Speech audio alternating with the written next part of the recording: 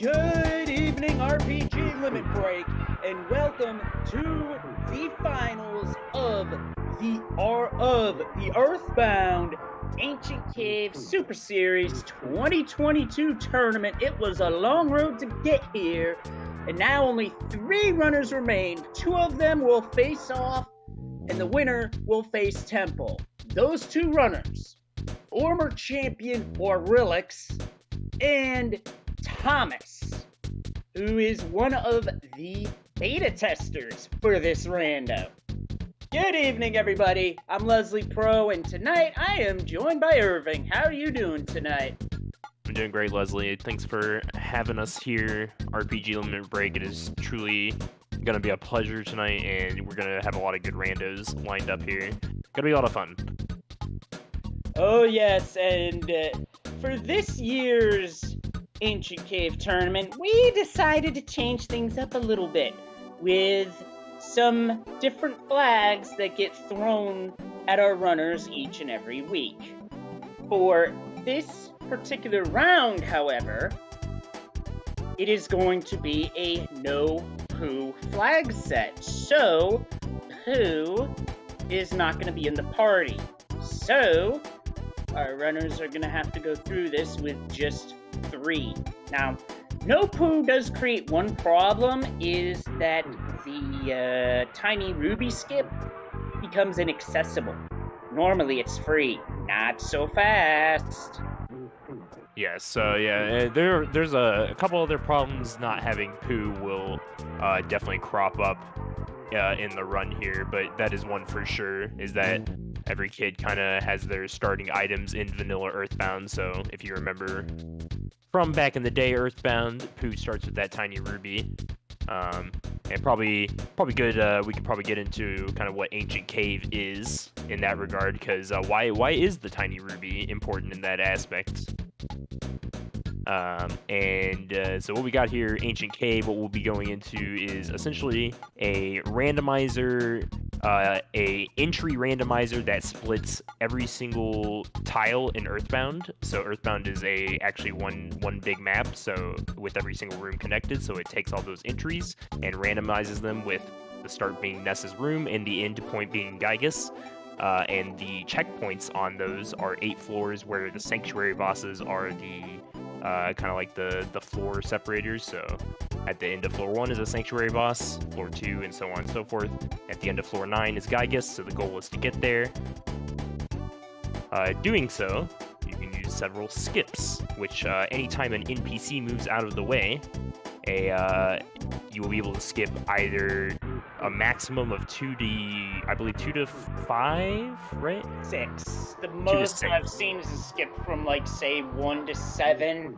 Once you hit floor 3, a skip can theoretically send you to floor 9. Which is crazy. If that happens, good luck. But, yeah. It can be a blessing and a curse sometimes. Everything in this... okay. Seems like our runners are going to be starting here soon.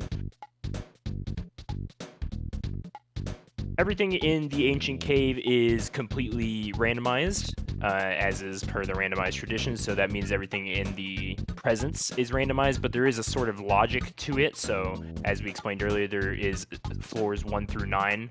Something on floor 1, you're going to find stuff like bread rolls and cookies and really low tier Onet items. But if you get somewhere on to like floor 8 and 9, you're going to start finding the 8 late game items like star pendants or heavy bazookas or stuff that really matters. And that's where skipping comes into play, because if you have access to those later stages early on, you can kind of break open the Ancient Cave logic, so to say. And here we go. Yep, we are underway. Starting on floor 1. Yeah, we gotta run through the neighbor's living room for lack of a better term. And it is Porky. He's just chilling there. No wonder the room stinks. Alright, so we'll resync here. So we will see our runners kind of just mulling through floor 1 here. All the enemies are also going to be scaled kind of logically. So just as you're going to see Onet items on floor 1, you're also going to see Onet enemies on floor 1. So right now we got both runners fighting some sharks. Pretty rough break for Aurelix having to go against 3 sharks while Thomas only had 2. Yeah, sharks are kind of rough in the beginning because they're not really at that level that you can just kind of auto fight through yet. You do have to break out the what little freeze capability you have with the low psychic points.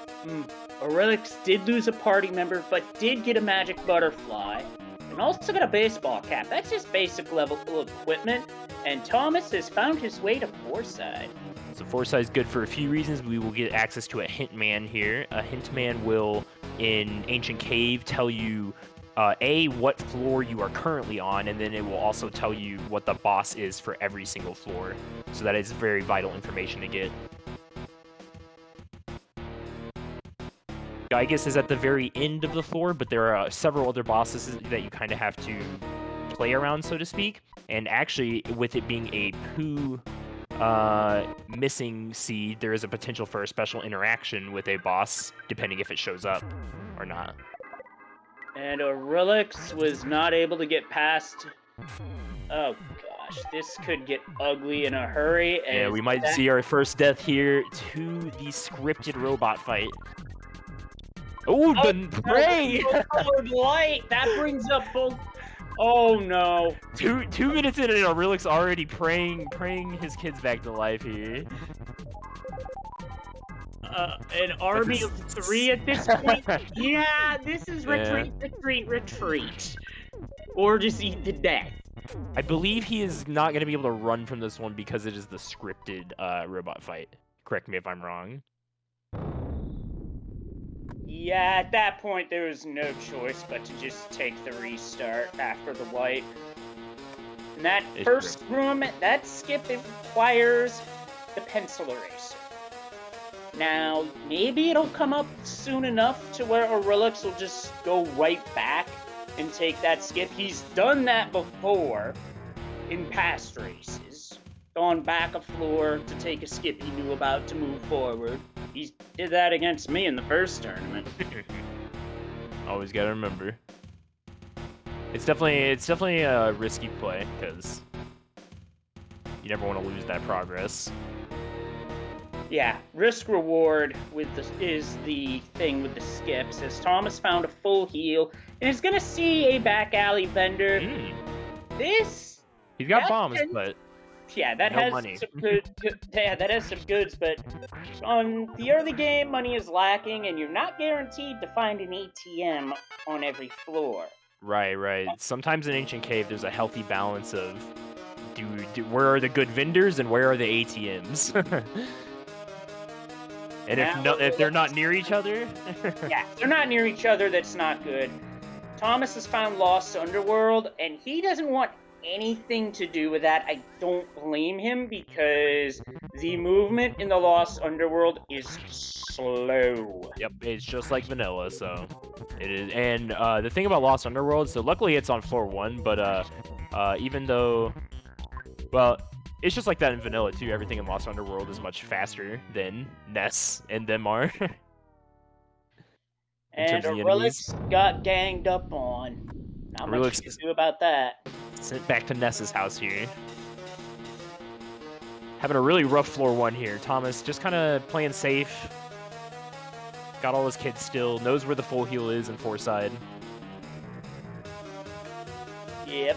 Aurelix is yet to find that, but when he does, he'll be happy to see it. Oh, and speaking of things happy to see, that particular shop that Thomas found also has a phone and an ATM. Oh, and he finds a red ribbon. That is other equipment for Paula. Nice plus 25 on defense. That being said, ATM not so much a welcome thing here in the beginning when we don't have any money in said ATM. Those sharks aren't really paying the bills, so to speak. Yeah, the Onet enemies barely even buy you lunch in today's economy. Definitely not. It takes gotta be pretty rich to be Gygus, that's for sure. Luckily, our dad is loaded.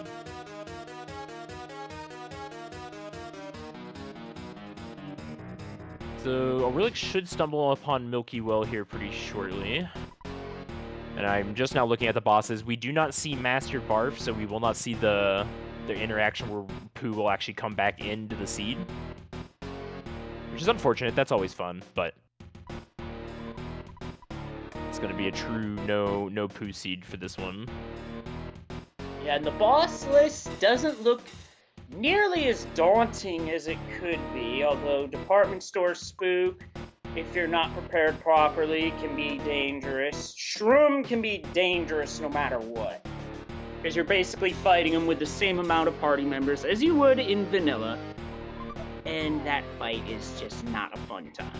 Definitely. You'd hope those are the 7 and 8 bosses. You're going to hope by the time you get those 4s, you're having some sort of winning condition to get through those guys. But yeah, definitely not the most daunting bosses you can see. No Carbon Dog or Ness's Nightmare, anything like that. Kraken doesn't show up either. Yep. That one can be very daunting. Especially since you can get Kraken on floor 1. Yeah, that's fun. I've also heard you can get Ness's Nightmare on floor 1. I've yet to see that. But I've yet to see either of those. Alright, so Aurelich did find Milky Well here. Thomas fighting some sharks still. This happens. I feel like this happens a lot in seeds sometimes. You get these floor 1s that just take forever. Yes. And it's like the worst floor to take forever on. It is, but floor 9 is a worse feeling when that happens, because when that happens, it doesn't feel good. Okay, so to answer a question in chat, is that the character sprites that Thomas uses is from the Golden Girls. A number of notes are based upon that. Yeah, they're great.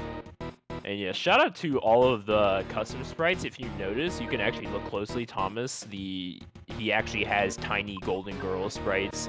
So shout out to the artist who makes all of those very much compatible for all the different sprites.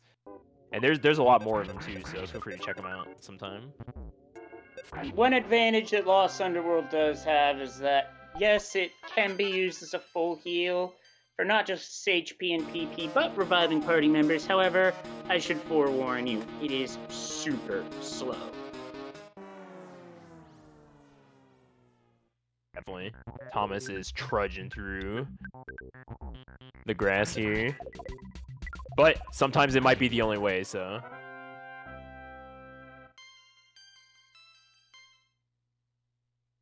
Doing a little geyser ride. Does that actually do anything for you? Am I unaware of something? Or is that just for... the geysers in Lost Underworld, there's 2 blue ones and 1 red.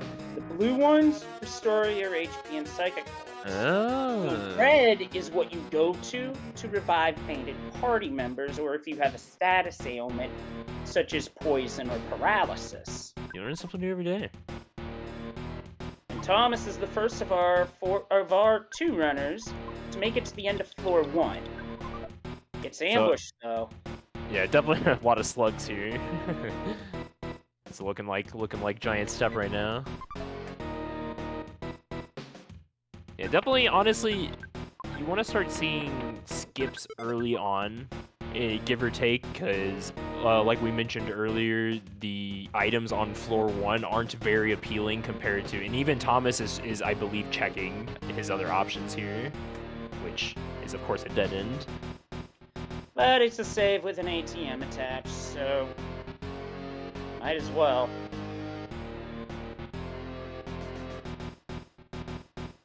Yeah, so he'll have to, unfortunately, probably take the vanilla route to floor 2 here, which is a very slow crawl up to floor 9. Floor 1 skips are always nice because floor 1 and floor 2 skips are always nice because they are guaranteed to go up. Any skips beyond that have a potential to go down.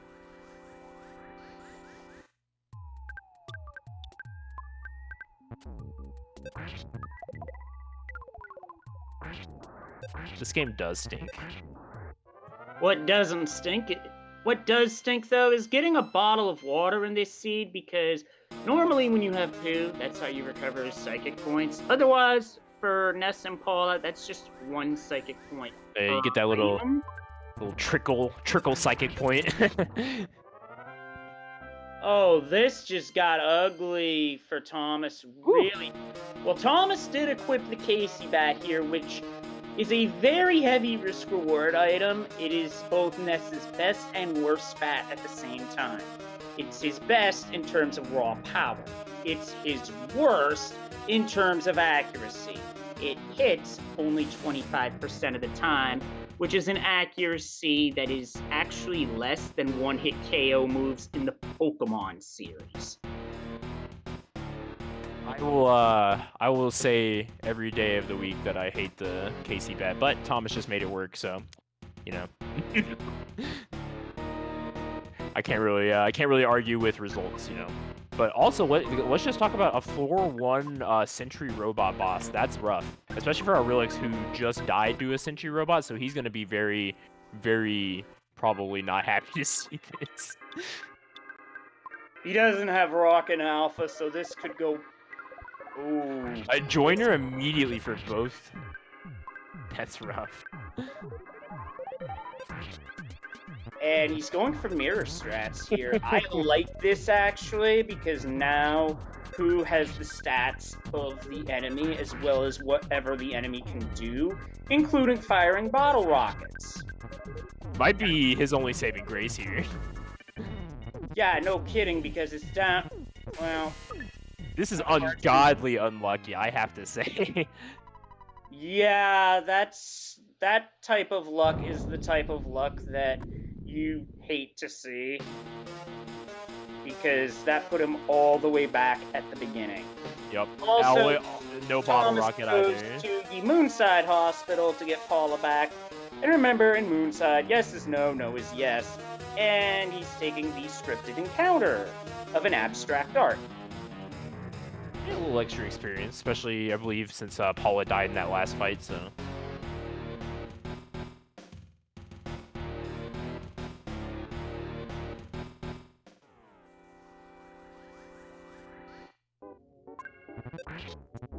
Right.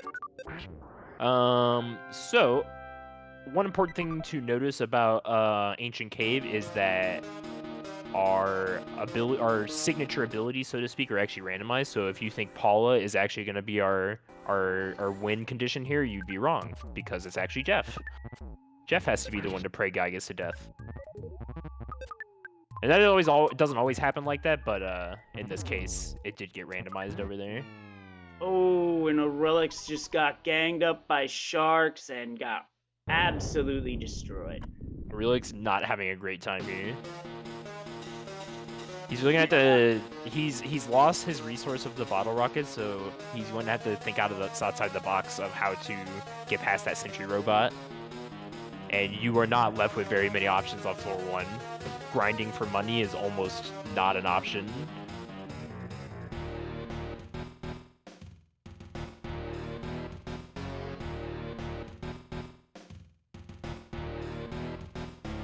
Yeah, unfortunately, this is a situation that can easily happen in Earthbound, where suddenly you take a death, then a second death, then a third, suddenly you're in a death spiral.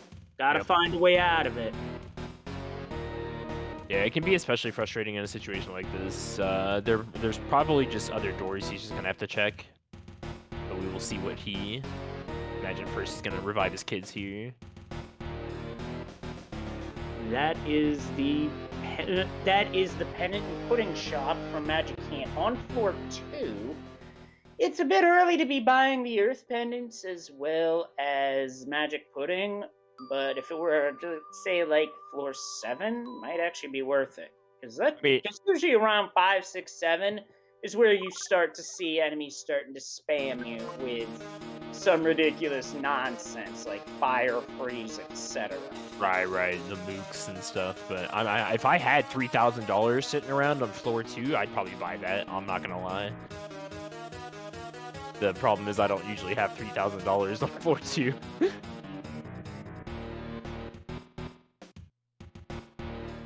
Getting a silver bracelet, nice thing to sell. Good for defense at this time. In the meantime, right. I look at things with dollar signs. Well, in this rando, that is a good strategy.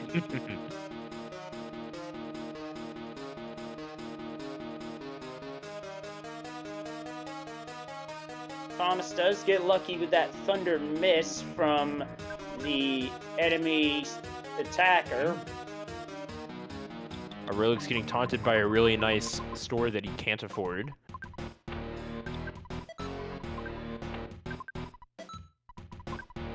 So what's interesting to note about Ancient Cave is that while every enemy is randomized, well, to a degree every enemy is randomized, so at a core level, all of their stats and stuff are also randomized to a degree, not like off the charts or anything, but there's a range. But also, with the placements, while you can find sharks on like floor 1 and stuff, you can also run into this hieroglyph or the sentry robot in their scripted locations, and any enemy that spawns in its scripted location will just be its regular scaled level. So you can, not only will it be harder, but you also get the same level of experience that you would get. Yes, so there's a risk reward in that regard, which, speaking of, there's also that off chance that you find Starman Deluxe's room in an ancient cave. That's like the ultimate risk reward because that's a very tough late game fight, but if you beat it, you get a truckload of experience. Yeah, it's a lot of experience and money. Jazz, I believe brushing their teeth pertains to PK scrambles, so we're not going to be seeing that this time around.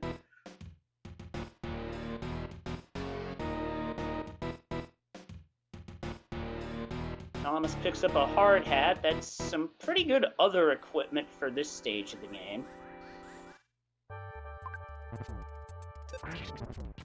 Yeah, Thomas just looking for probably just skips at this point. If I was in Thomas's brain here.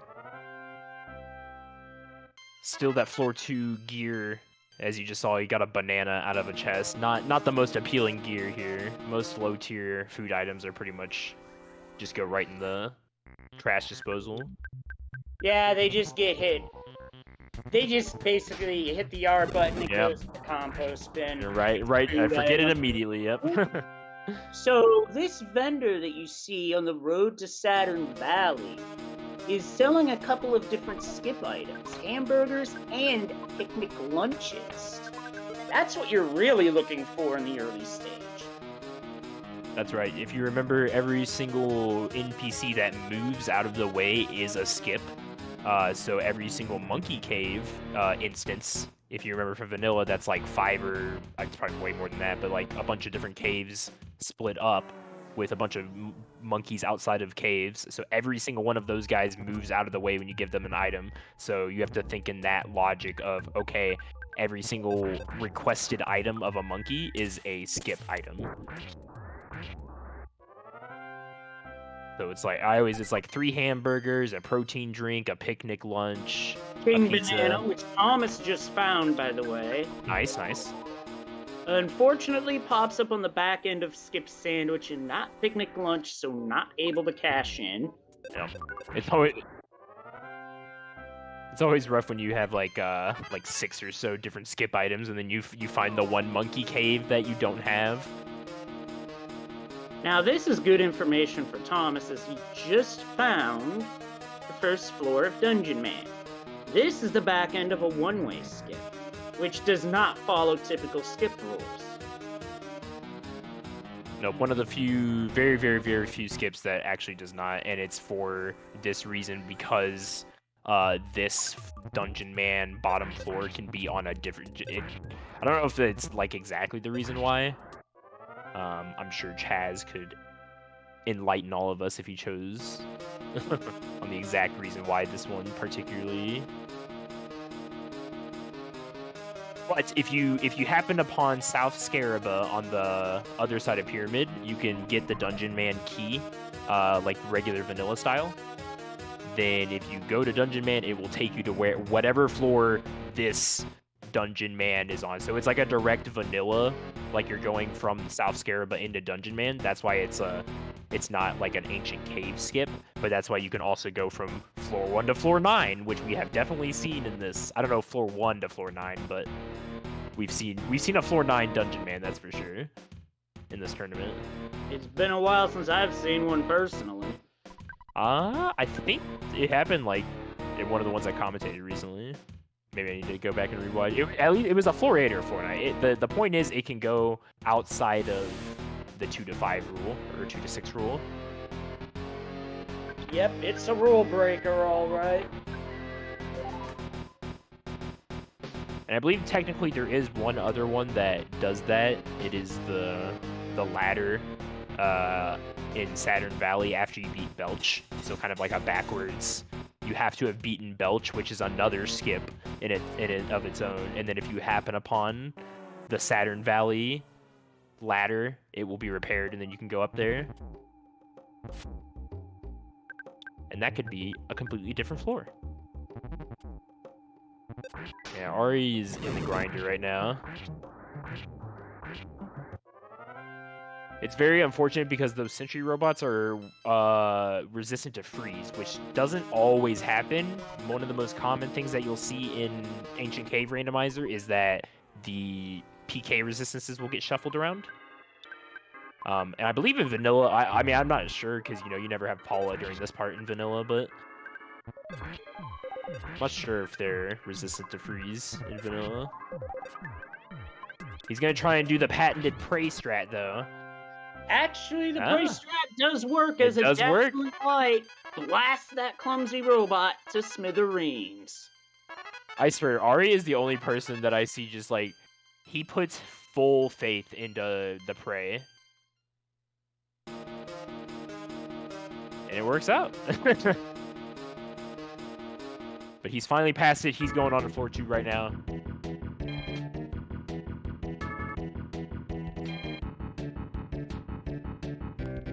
Floor 2 is another long floor. And it seems like Thomas has been here for a while. We were talking about Dungeon Man like a long time ago, it feels like. But he has finally made his way down to the healing and phone hub down here. Nice little hotel bench right next to a phone. Money. Yep, money. I'm pretty sure if you check the statue, you get the same text you get in Vanilla. The statue is glowing strangely. Also, speaking of strange, how strange is it to see a mole playing rough out of bounds? Joys of Ancient Cave Rando, folks. Yeah, some people definitely get stuck.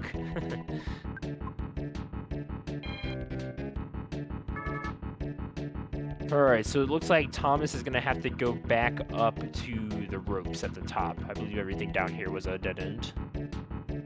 Yeah, that does happen sometimes. Yep. These chats hype over the music. I just hope the music isn't too loud, because I know one time I had a song louder than I was expecting, and it actually drowned out my mic, so I had to adjust my audio levels on the fly. Alright, looks like Ari is encountering that same hieroglyph that Thomas was fighting earlier. Has a little bit of a quicker time dealing with him. And that'll be some much needed XP for Aurelix here. Yeah, the first floor music was kind of crazy. Some of the ranges on the custom tracks, I will say, are a little not balanced. Some of them are a lot quieter, some of them are a lot louder than others. But they're all pretty good. Oh, yes. There were a few that I heard for the first time during this tournament that, honestly, I was jamming out to. Oh, yeah, there's some good ones. That good. They're cool because they're remixes too that kind of fit with Earthbound, which are really, really cool. Uh-oh. A little bit of vomit. Okay, that was just a hiccup, nothing major. We're still going, folks. While Thomas finds Eraser. Now, there's only one spot where this works in the whole game. And that would be the entrance to Stonehenge Base. That also counts as a skip. Indeed. Yeah, not just an NPC, any of those statues, right, exactly, are also skips. Strangely, Mini Barf is not a skip. That is the one instance where I think kind of breaks that rule a little bit. Maybe because Yes, he it is.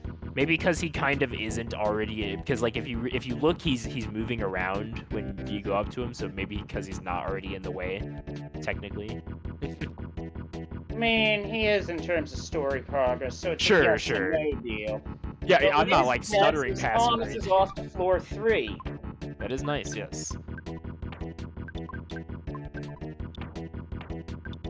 So now we should start seeing at least some like semi-okay items. No more bottom tier Onet items. Toy air gun is at least something you can work with I from do Jeff. feel a Pixie's Yeah, bracelet. see, there you go. That's That's a something. surprise. I wasn't expecting that for another floor or two. Yeah, sometimes they can reach down in the logic. That's probably like the bare minimum you'll ever see one. 4-3. Uh-oh. Jumped by a spider.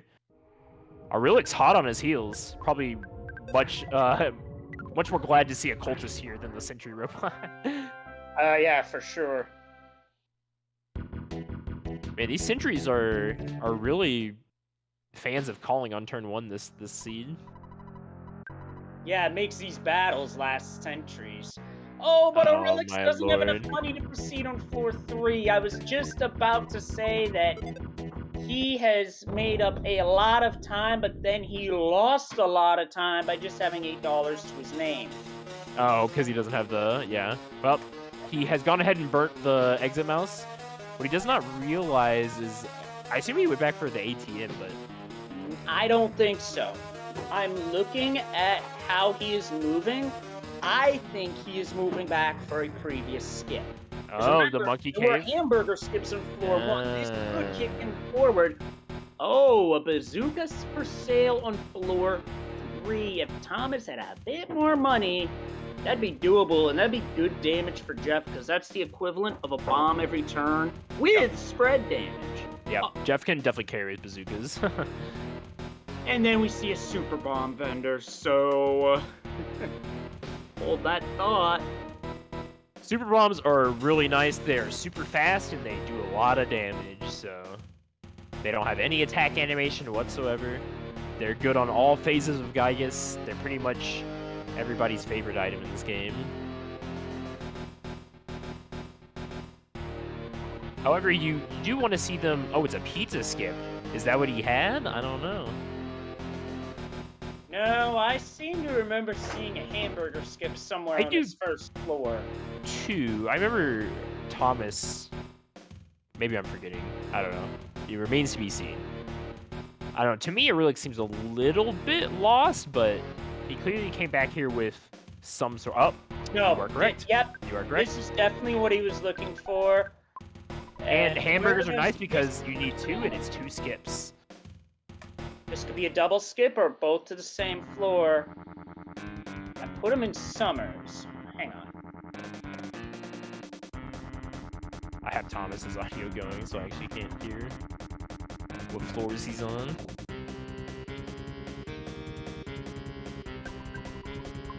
The floor 3 theme is Megalovania, though.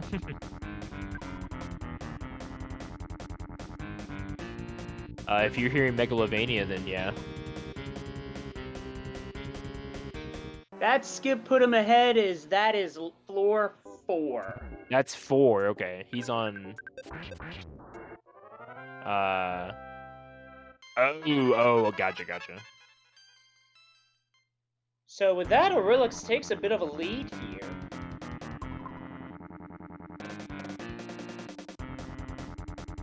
I wasn't even... I didn't even realize Thomas took us... Oh, Thomas did a Racer to Racer. Oh. He found it. He found Stonehenge base. I didn't even realize. Yeah, I was busy checking the spoiler. yeah, I went to look at the spoiler log. Oh, Thomas finds some froppy. Oh, a big party of froppies. This could go either way.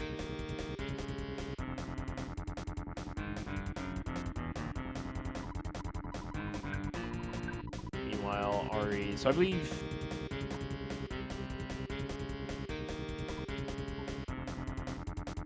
Ooh, Ari finds the $7,500 house skip. Only for the richest of Earthbound entrepreneurs. And that skip that Thomas took put him back in the lead, but on floor 7. Definitely don't want to see a big group I was encounter. gonna It's your say, first encounter these on a feel like, floor. yeah, Looming Hall proppies right here. But that's a ton of XP if he gets rid of them all, so. Yeah, so it's definitely worth spending the resources as long as they're not actually attacking. They're even using HP Sucker, and that's no big deal. 48,000 plus experience. Holy Woo, smokes. man. Kids are eating good today. Did you say he was on 6 or 7? 7. He's on 7, right? Yeah, gotcha. Alright, so we get Brick Road. That's actually really nice to see because the scripted encounters here are still like the mice and stuff, so that's an easy one tap, and then you reap all the benefits of floor 7 chests. An Earth Pendant. That's where you really start to see the good stuff. Case in Exactly, point, Thomas yeah. picking up an Earth Pendant. So at this stage, Thomas is now. You kind of think of Ancient Cave like, okay, in the first half, you're trying to get to the later half of the cave, and then once you're at the later half of the cave, that's when you start like hunkering down and really getting all the presents you can, and trying to gear up for Gygus, because there's certain items that I would say are kind of like win condition, quote unquote, for Gygus. Yeah, there's Heavy Bazooka definitely helps definitely. in that regard. Something to give Jeff DPS is what I view it as. So like either bottle rockets, even though bottle rockets don't necessarily work on phase 2 and 3, at least P1 is kind of like the hardest one in that regard sometimes. Especially if Porky is freeze resistant. Yeah, if Porky's freeze resistant, then that can be very problematic. There you want Heavy Bazooka. Ooh, a C pennant for Thomas. I'll get to that in a moment. Because if you have a rabbit's foot on Jeff, you can use multi-bottle rockets and get some good damage output because those are more dependent on speed than anything else. Yeah, unluckily, Porky's pretty fast. Franklin badge. Nice. So all very good.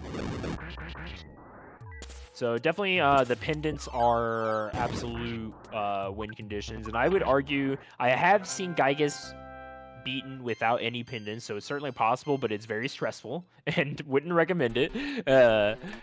So I would argue at bare minimum, you want pendants that will resist flash on your kids that will pray and heal is probably the first thing I'm looking for. Which are going to be night pendants, sea pendants, earth pendants by 50%? Yes, earth pendants will cut the resistance in half, and Aurelix has found the base of another skip. That one costs $30, so he's checking before he takes it. Yeah, the flash resistance is huge, because even with it being 50-50, you still have a 10% chance of getting knocked out. Which is not good. Ski pendant covers your bases on that. He's on giant step right now. You still got the spoiler open.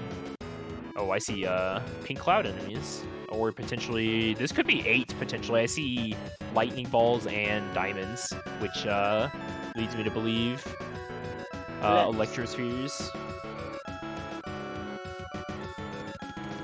Caterpillar.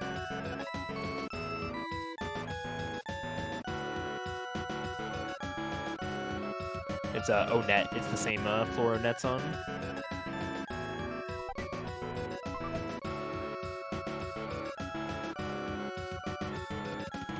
They got some magic pudding, so O-Net is a pretty big floor, and big floors can sometimes be a blessing and a curse at these stages in the seed, because this is definitely a very late game floor, and on the late game floors, we want to prioritize presence. Both presents and okay, so Tom is gonna add the guy into, so he's found Shroom here. You want to prioritize presents / finding Gygus. So O-Net being a gigantic tile set with only 3 presence is really the last thing we want to see on a very tall floor like this. It's going to take a lot of looking around. So Relix is on 8 Mhm. right now.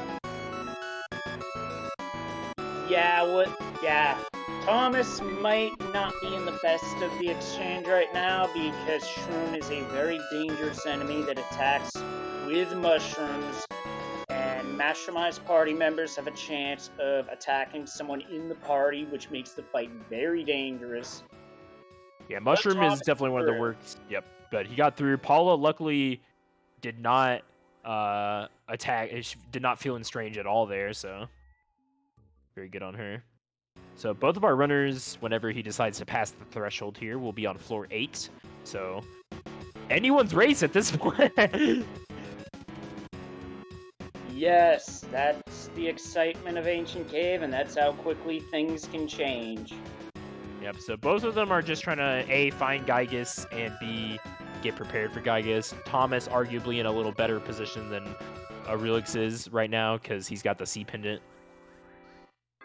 Yeah, but Aurelix has the experience of not only being very skilled at this game, but the experience of being a former champion.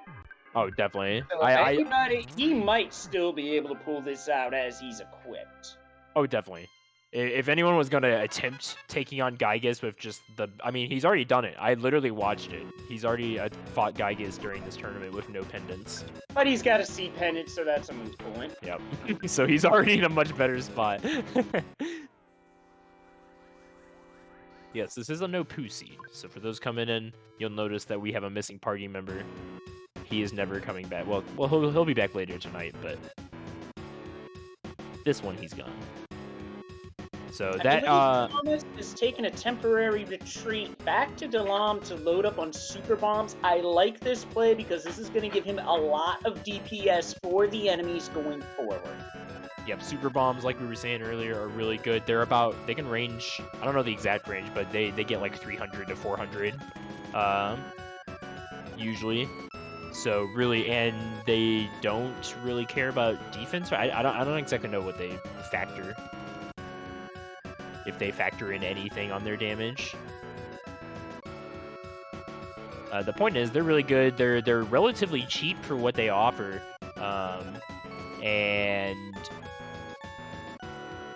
he's definitely very smart to pick up as many as he can because they are very, like we said, very good on Gygus. They will hit every single phase of Gygus, even though you only need a DPS phase 1 and 2.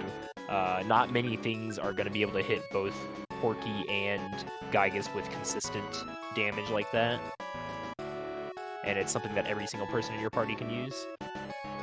Yes, unlike bottle rockets, bazookas, or Star Storm, for example. Yep. One of those we're not going to be seeing right now, as Yep. Aurelix finds the free heal.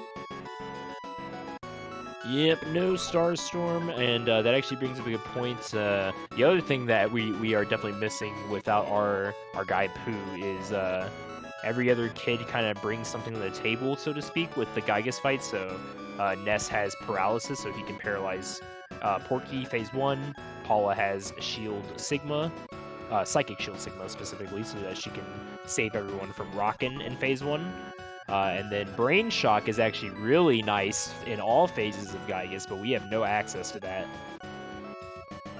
Yeah, Brain Shock was definitely my MVP ace in the hole on the no Paula weeks, because that's basically how I bought enough time and got enough damage to just power through. Definitely. Brain Shock's really, it gives you a bunch of dead turns. It makes it so you can make it phase 1 if you Brain Shock Gygus to where he will just reflect Rockin', or he'll shoot Rockin' at himself, and then he'll only hit one kid instead. But, you know, if you have a shield. Or every so often, it'll go towards his side, but it won't. Well, it'll hit Porky. No. Yeah, or that too. So, dead turns are really what it's nice for. An Attack Slug mentions in chat that Pooh is the first party member to learn Healing Gamma and can learn Healing Omega, which Ness cannot learn. Aurelix has found a Criminal Caterpillar. Gonna take it These for are that. great for experience in the vanilla game. Absolutely. They're still great here. This is gonna give them a ton of experience. They always attack with fire, though. Yeah, luckily he's got the pendants already, so kind of whatever.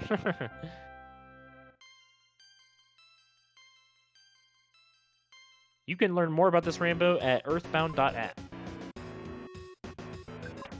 Thank you to Chaz for developing it. It's a lot of fun. Yeah, I can confirm this one is a lot of fun. Yeah, this one very it's very difficult, but a lot of fun at the same time. Very rewarding in that aspect. Okay, showtime. So Thomas gets a little break here as he takes his mandatory, it's like 2 to 3 minute break while we watch a Runaway 5 cutscene.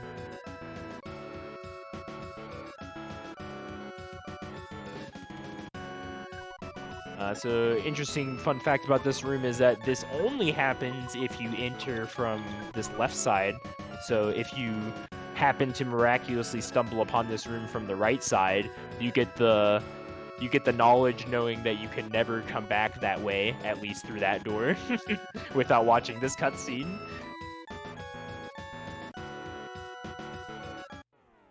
That's true. That's a fair point to say. I don't want to deter anyone, because that was probably the wrong thing to say. It is definitely it's still fun casually. Difficult to go fast for sure. Yeah, this is definitely one of those for fun randos that I picked up and played as Ryko Rider was DMing me about it one day, and I figured, hey, I'll give this a go. It I love definitely, Earthbound. yeah, it definitely exercises your vanilla or knowledge a lot. So if you feel like testing that out, then give it a spin.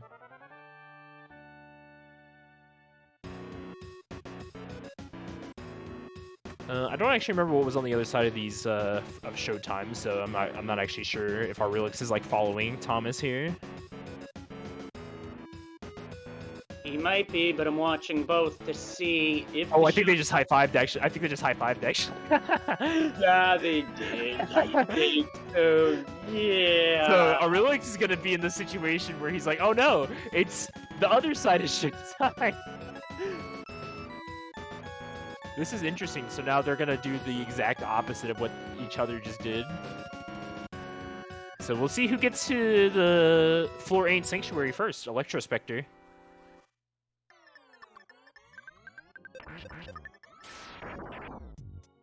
It's gonna feel really bad if Aurelix has to go back through Showtime. But it looks like maybe everything connects back to ONET anyway, so there might be a way around it. Thomas wants that present because it's a magic pudding. Although I have to say, stat-wise, for this particular seed, as Thomas gets ambushed, kids are looking pretty good, I would say. Maybe a concern with Paula on psychic points, but that's about it. I wouldn't even, I mean, have you seen the number of super bombs this guy has? My lord. Yeah, he's loaded. That definitely creates an offset, and Aurelix has found the mini-bar fight. Dude literally probably only has to use psychic points on Psychic Shield. And maybe Magnet in an emergency, but that's about it. If it goes that long.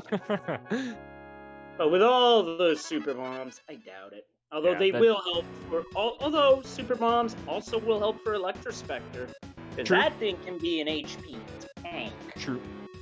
It's nice for Electrospectre because he has a Psychic Shield on in the beginning, so Paula either has to wait for him to neutralize it off, or she has to plink it down with. And I believe it's a upgraded Psychic Shield, so it will reflect. So that's no bueno. We're really just finding a Psycho here. Yeah, this is an enemy where if you have Sea and Fire Pendants equipped, you'll be okay. Otherwise, you're gonna be in for a world of hurt. Yeah, definitely not fun. The major Psychic Psychos are worse because they cast other things on top of fire. Yeah, I believe they cast Flash too, right? Or Paralysis. Paralysis, Psychic Power Shield, PSI Shield. Yeah, they have Psychic Shield. Yeah, they're annoying. Very annoying. Oh yeah, I believe they also have Healing Omega. I could be wrong there. Yeah, we will see who is going to end up being correct here. As Chaz points out, both of them are they've kind of traded spots on what side of floor 8 they're on here, so we'll see who comes out ahead. I'd Yeah, say it's both are. Hey, Oh, go I'll ahead. say this, Irving. It's very easy to get lost on these big floors. Oh, absolutely. It, You and I both know that. I know that personally because Michael Ryder and I both got lost on floor 7 for like an hour. There's something about Onett, man. I feel like I get lost in Onett more than like anywhere else. Like it all just starts to blur together. And Thomas did find another C pendant, so I think he's all set in that regard. Yeah, you technically. Oh, I see. I saw lava spring and I got excited.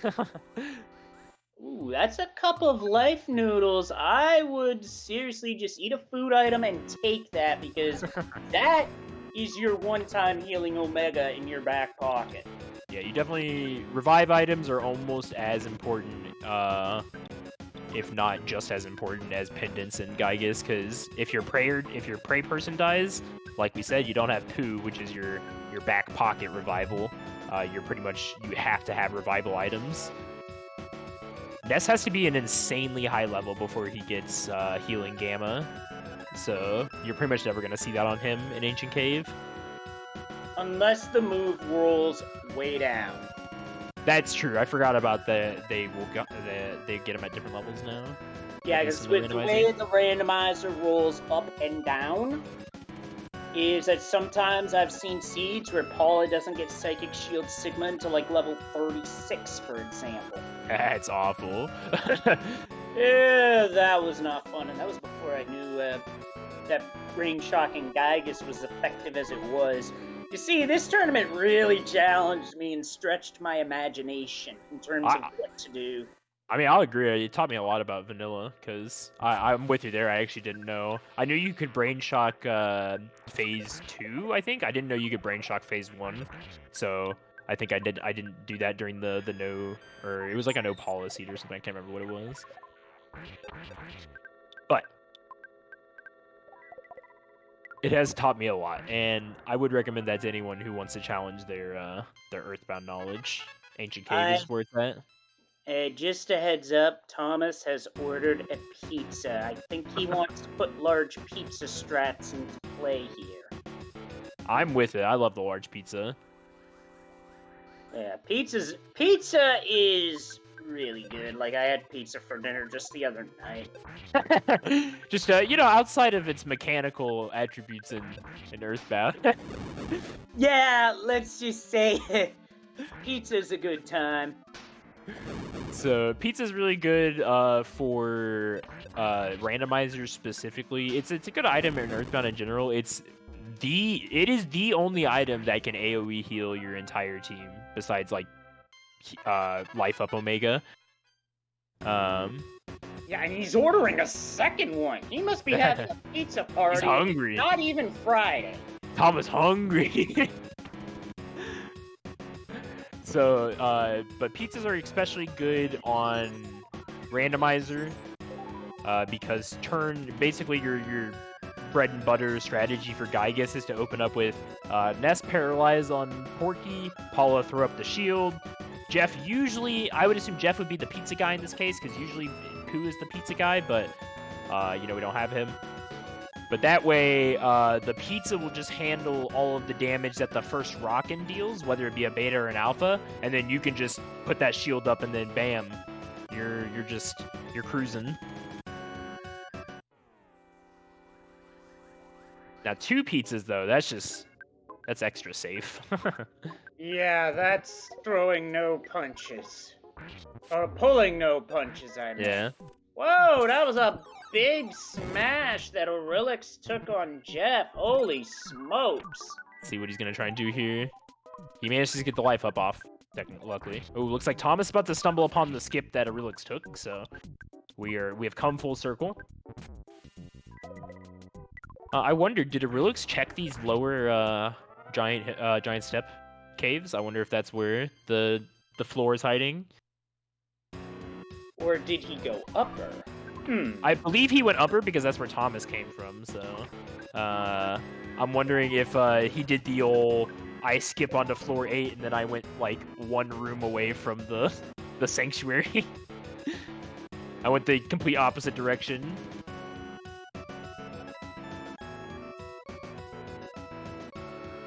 If only we could order medium pizzas, but Mock Pizza never sells mediums. Which makes no sense whatsoever. They didn't want to code the extra item. Or maybe the extra item just fell into the overworld inventory. Because there are spots in vanilla where you do get pizza. Just saying. Right, but that's if you call for a small, they just give you a pizza, and then if you call for a medium, they're like, oh, we're out of mediums, bro. I like how their special is just a large pizza. Like, that's not even special. It's just large. At least make it like a supreme or something.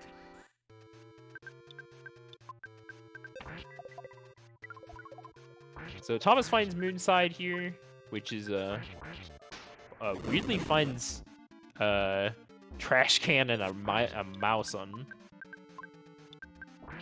floor 8 here. Okay, so the mouse is a more dangerous version of the rowdy mouse in that it can poison you. I believe that's the upgraded version of the smelly ghost, the stinky ghost. That one can possess you, and while isn't that only possession is annoying, you can get rid of it if the ghost gets hit with a PSI move. Say you're fighting something that casts PK Fire. That'll do it. Thunder will do it too. Yep. Little ghosty. The ghost is annoying because it will solidify. Oh, this will also take it away, I'm pretty sure. And we get a high five as our runners are crossing paths again, trying to find their way off this floor 8. They are spinning around. I feel their pain.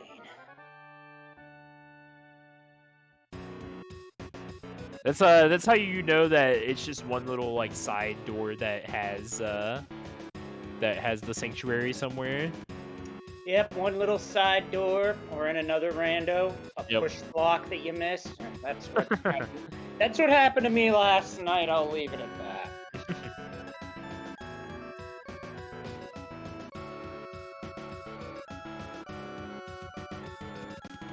No, they're on 8. Because Thomas fought Shroom and went to this floor naturally, so he has to be on 8.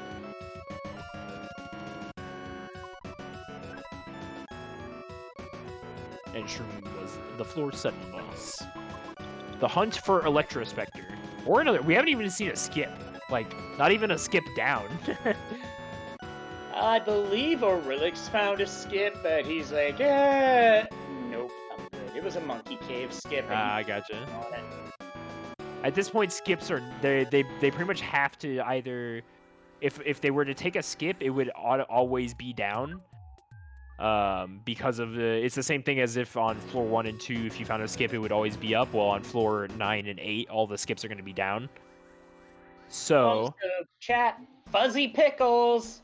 Fuzzy Pickles. Still in the game. Yeah, some pictures did not get removed, so always got to keep that in mind. I do believe I just saw the wind blowing. Briefly. You did. The little leaves. That means it's time for Tessie. Well, where I live, Tessie time is after a Red Sox win in a home game. Okay. Just saying. Oh, he gets a free bazooka, alright. Aurelix trying to bust through a psycho here again.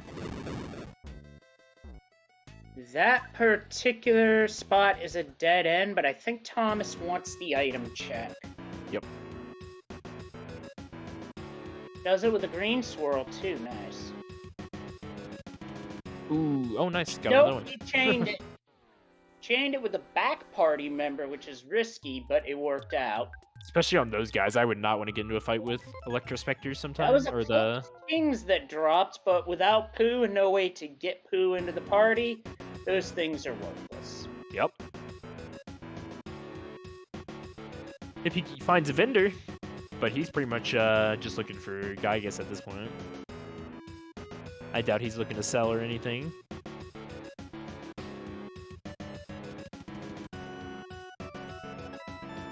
Carrot key skip. Aurelix, I think he found it, while Thomas found the carrot key skip. Aurelix gets jumped. I believe you are correct. That does look like the sewer that has it. Do you know what door he went into? Like where he was before he got in here? It's a smaller room, I can tell you. Oh, this was the side room from there, the Tucson department store. And I think he's gonna look here for a revival item. He's gonna need more money than what he just withdrew, if that's the case. Oh no, he got 8,000. I thought he only withdrew 200. Yeah, he had a lot. The only problem is the shops aren't selling and the enemies are causing a scene. Whoa, that ego orb is hitting for big damage. Not what you want to see.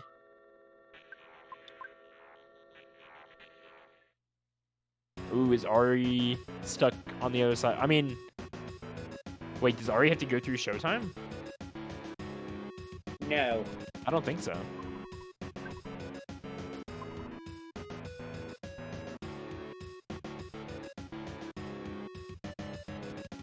They have to be... Thomas has to be close because they high-fived recently, so... Personally, I would save before trying this fight because... Yeah, especially if you don't have Jeff. Yeah, right now he's trying to get a despawn, but something about this does not like despawning. Triple high five.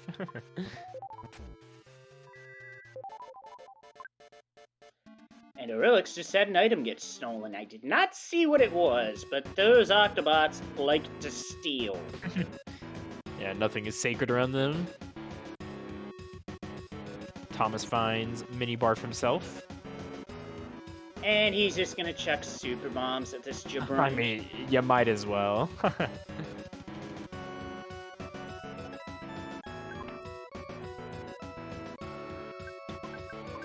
Alright, gonna try and bring Jeff back. The secret herb is successful, 75% chance. Getting full life ups, and here we go. I think Thomas... Oh, he's gotta be close. I think he is. I think so. I mean, this looks unfamiliar, so... Nope, this is the start of the floor, so... he's still on the other end. Yeah, definitely not a very, very nice floor rate whatsoever. Yeah, every so often you get a floor like this in an ancient cave sea where it just gives you the runaround. Yeah, it had I mean, floor 1 was almost like this, dude. We spent most of our time on floor 1 and floor 8 in the sea. And I think Thomas just found it, and with better equipment, I think he's just going to power right over this Electrospector. I mean, the closest thing I can think of to what he's going to do to Electrospector is just dump trucking him with a couple of MBRs plus Rabbit's Foot. Yeah, which it won't be quite that fast, but it'll be much nicer than having to go through the whole song and dance of breaking down his shield and whatnot. Although he's got to get through the gauntlet of the sewer here. Now Chaz mentions in chat that the correct path on this floor was a mere 5 doors, and this floor could have been blazed through had luck been on their side, but that was not the case this time. Yeah, definitely not so good for either of them, but makes it better for us because we still get a nice close race here going into the 4-9. So I'm all for it. Sure, chat's all for a very close race. Aurelix really struggling here, trying to see if Paula's gonna make it. She will not. Electrospector has. Yep. So we'll have 2 of the same fight going on screen at the same time here. He's gonna do the patented chuck the bombs. And as Thomas chucks the bombs, Aurelix is through to 9, but in rough shape. Yeah, Paula did not survive, unfortunately. But that is probably okay, because the more XP on Jeff, the better, honestly. The beefier Jeff is for Gygus, the better. And he's got plus 300 HP now. One little thing that some people might not think about in this no poo thing is that your kids will automatically get level ups faster because they won't have to share their XP with poo ever. And the XP does not get scaled differently just because he's missing. And Thomas gets through faster than Yeah, Aurelix did. that was definitely much faster, so he has definitely closed the gap here. Which is interesting because, you know, there wasn't really a gap per se because they were both kind of lost on the same floor, but now they're lined up. Here's the real situation though. Aurelix has to find a full heal, so even if he finds Gygus, it's a moot point if he does not find a full heal. Definitely. And that's something he's probably looking for, and I would imagine Aurelix probably looking for something for Jeff as well. I assume he got that bazooka in the chest for Jeff, but I wasn't quite looking. But he does not quite have the super bomb arsenal that Thomas is rolling up there with, so he's probably gonna be looking for something else to help him get past Gygus. Because PK freeze resistance is still on the table.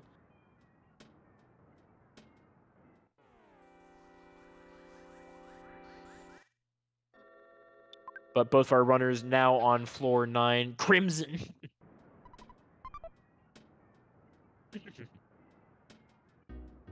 And both are pretty much going to be looking for Gygus. Ooh, As that usual. is a nasty enemy set on As Aurelix's end. All those diamonds. It's okay, Crimson. Nobody could ever blame you.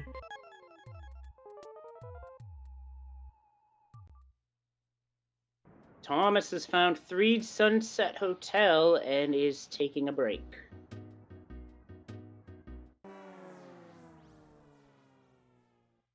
Looks trudging through here. I believe they went different directions. So we'll see. That's what it looks like to me. Yeah. So we'll see who pans out, what pans out for who. Jumped by the security robot. And it's Saturn Valley for Aurelix and a star pendant. Definitely good.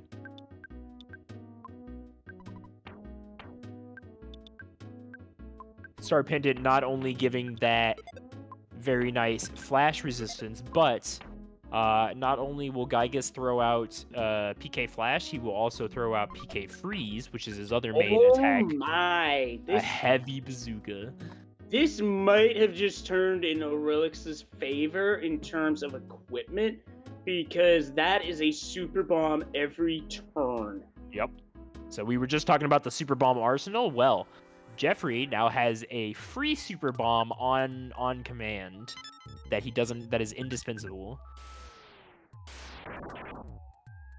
Yeah, like if he wanted to start using it right now on, say, this conducting spirit, he totally could.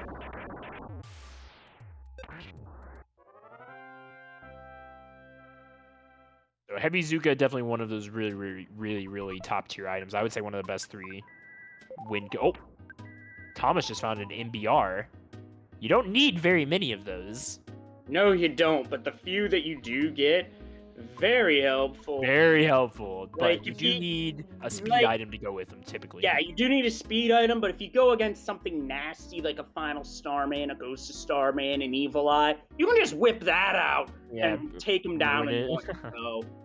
Pretty much. And even still, even without a speed item, you maybe could get a few rockets to hit Porky. I'm not going to say it's going to be pretty, but... Ooh, so not having Tiny Ruby, cut off floor 9. I was wondering if something like that was going to happen in this seed. Come into play. Fortunately, nobody ran into that I issue. think I did see that from one of the runners, actually. Really? Well, that would have been... Yeah, that would be bad then.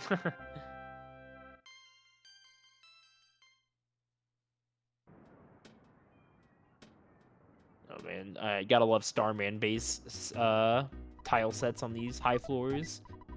Luckily, everything And seems to be running from him. Aurelix just found a very good item to use even without pooing the party, and that's a brain food lunch.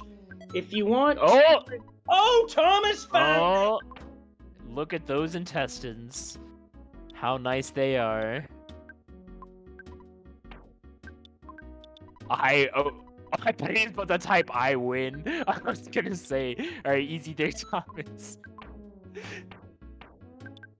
I wish that... Thomas, you're in a race, bro. Thomas, clock's ticking.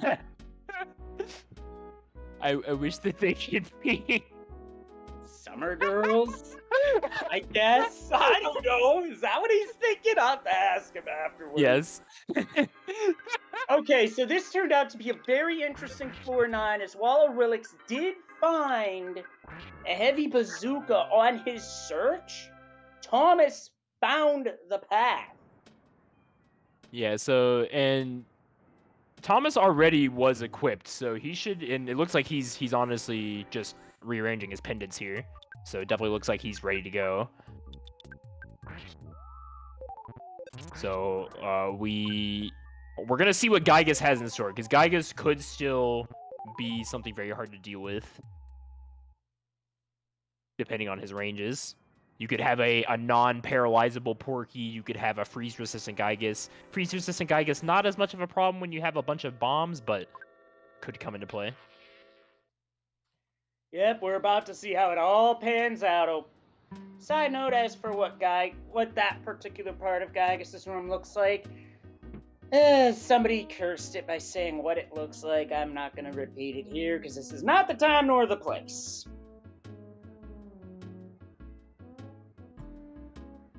And in Japan, that's not espresso, that's beer, because that is a localization.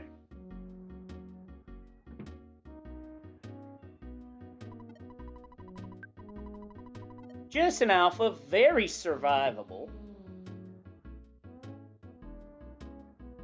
I didn't actually see. Did he use the pizza? Did he buy the pizza and then not use it? Thomas, are we...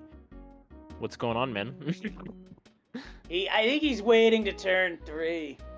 Fair enough, in case the paralyzings go off. No, he's not even bothering with There paralysis. it is. I think I just... going for... He is literally going for the win here. And I don't blame him. He's against a former champion of this, and he's probably thinking, knowing how good Aurelix is... Speaking of... Oh boy, hold have, that thought, folks. Alright, let's see if we get a novel from Aurelix himself. Floor 1Y.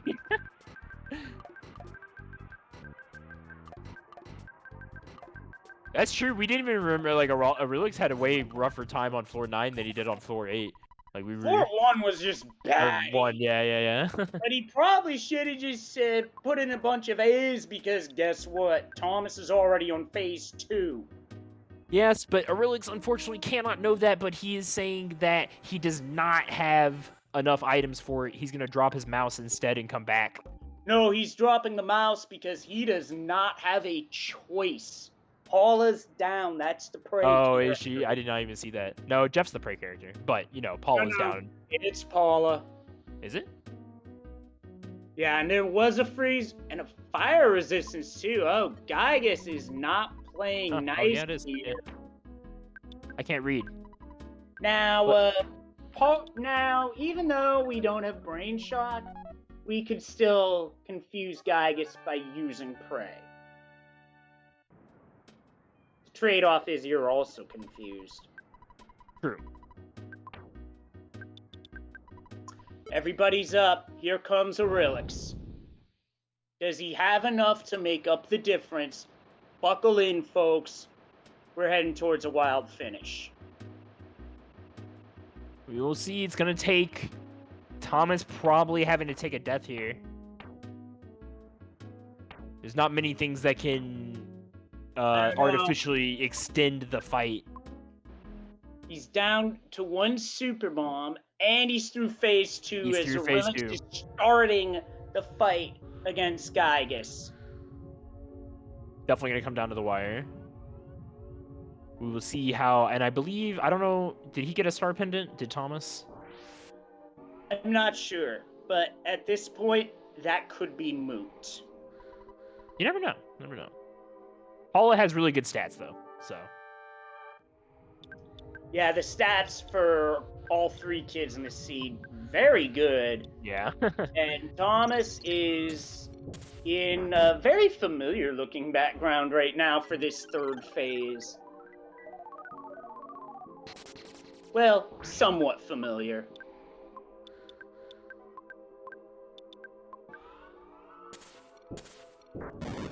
And Chaz just answered in chat. Thomas had 2 C's and a Franklin. Okay. So pretty, not a star pendant, but it'll get the job done when you have 300 HP. Absolutely. Not many things are going to be able to break through that. Franklin badge is really what kind of sealed the deal there. Yeah, for sure, because at this point, Paul is just taking chip damage. Yep. So she could honestly probably survive without Ness even being there. Yeah, it would have to take something really stupid happening. Like, just getting constantly solidified by repeated freezes or something at this point. Like, in other words, it would be probably the most ridiculous bad luck RNG of all time, as here comes Aurelix into phase 2. Mm-hmm. So he's nipping at the heels here, but it might not be enough. It might have come down to Thomas just stumbled upon Gygas on floor 9 faster because they both got to floor 9 around the same time. Aurelix also has a Pharaoh's Curse, which is nice for, like, chip damage. But that's about it. But it's extra text, so it might not be worth it. And Thomas is entering the home stretch. Yep. You do have to pray 9 times to defeat Gygas here. Thomas is coming in on prayer 8. So, in one more prayer, that will be time, and that will close it out.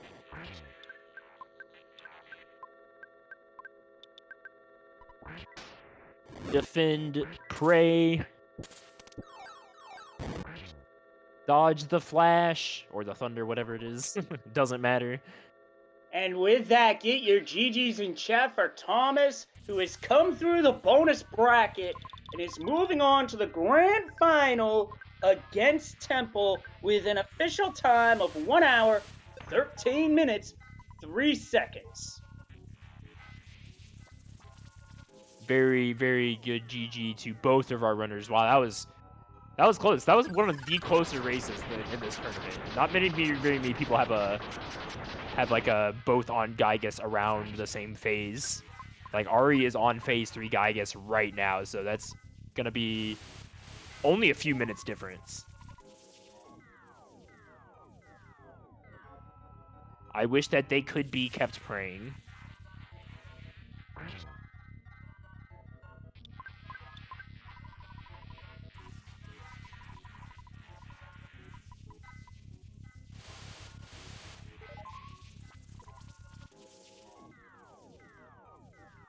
And Thomas confirmed, actually, he threw a curveball at us in the race time room. He said, I wish they could all be California girls, in a reference to a Katy Perry song. Oh Well played. goodness. That's not allowed, Thomas.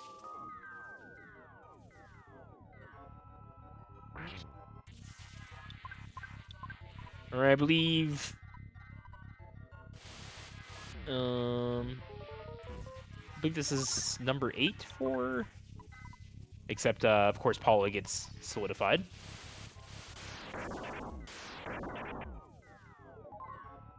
Seems Aurelix does not have the luxury of a Franklin badge. No, gonna have to keep Paula alive here. Indeed. No, he seems to be on one of the earlier prayers. Chad is calling me out by California Girls. That it was actually the lyric in that song was a reference to the Beach Boys. I should have known that one. That one's on me. That one is my bad. I will confess to that one.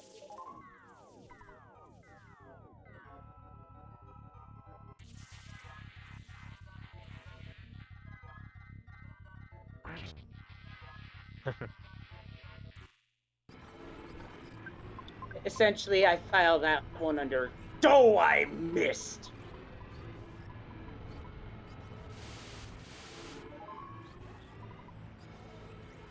That's All right, Prairie almost for there. Relics. Yes, I believe that. Yeah, that one is prayer 8. So this is the last one.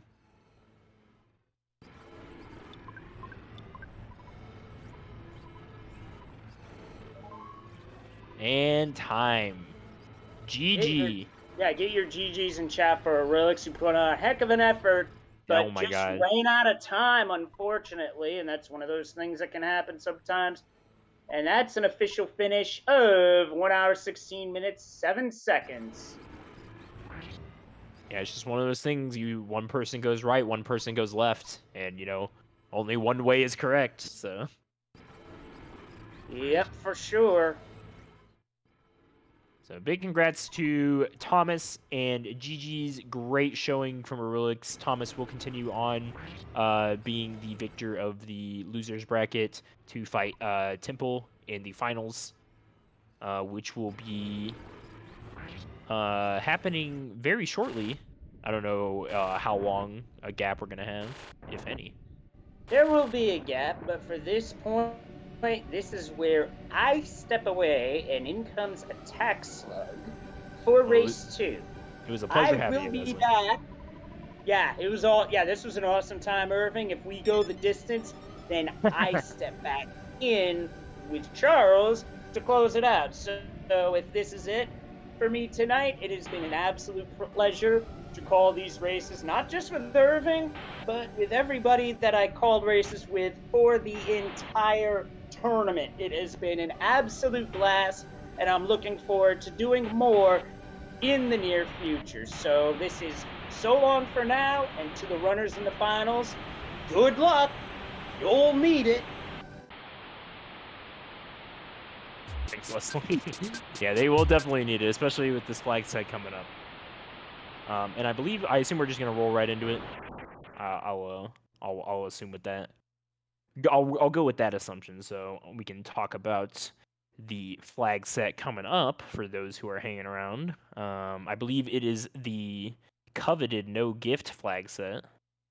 Hold on, I Yes, gotta. one of my personal favorite flag sets, Yeah. I might add, because everything you get is from fighting enemies, Yep. which allows you to put a heavy focus on just exploring and routing and not worried so much about finding X, Y, or Z out of this gift box. You have to go find it yourself.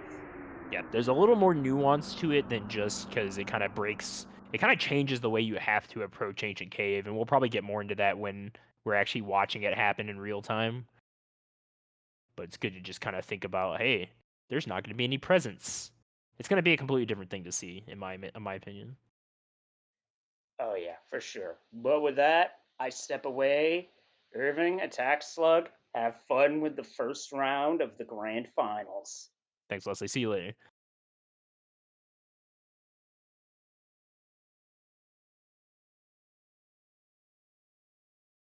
All right, so we are setting up for Thomas and Temple. We're going to bring Temple in from the sidelines now. I'm sure he's been very excited and anxious for his no gift seed. And Thomas not getting any break is going to have to go right into another seed here, so props to him for sure.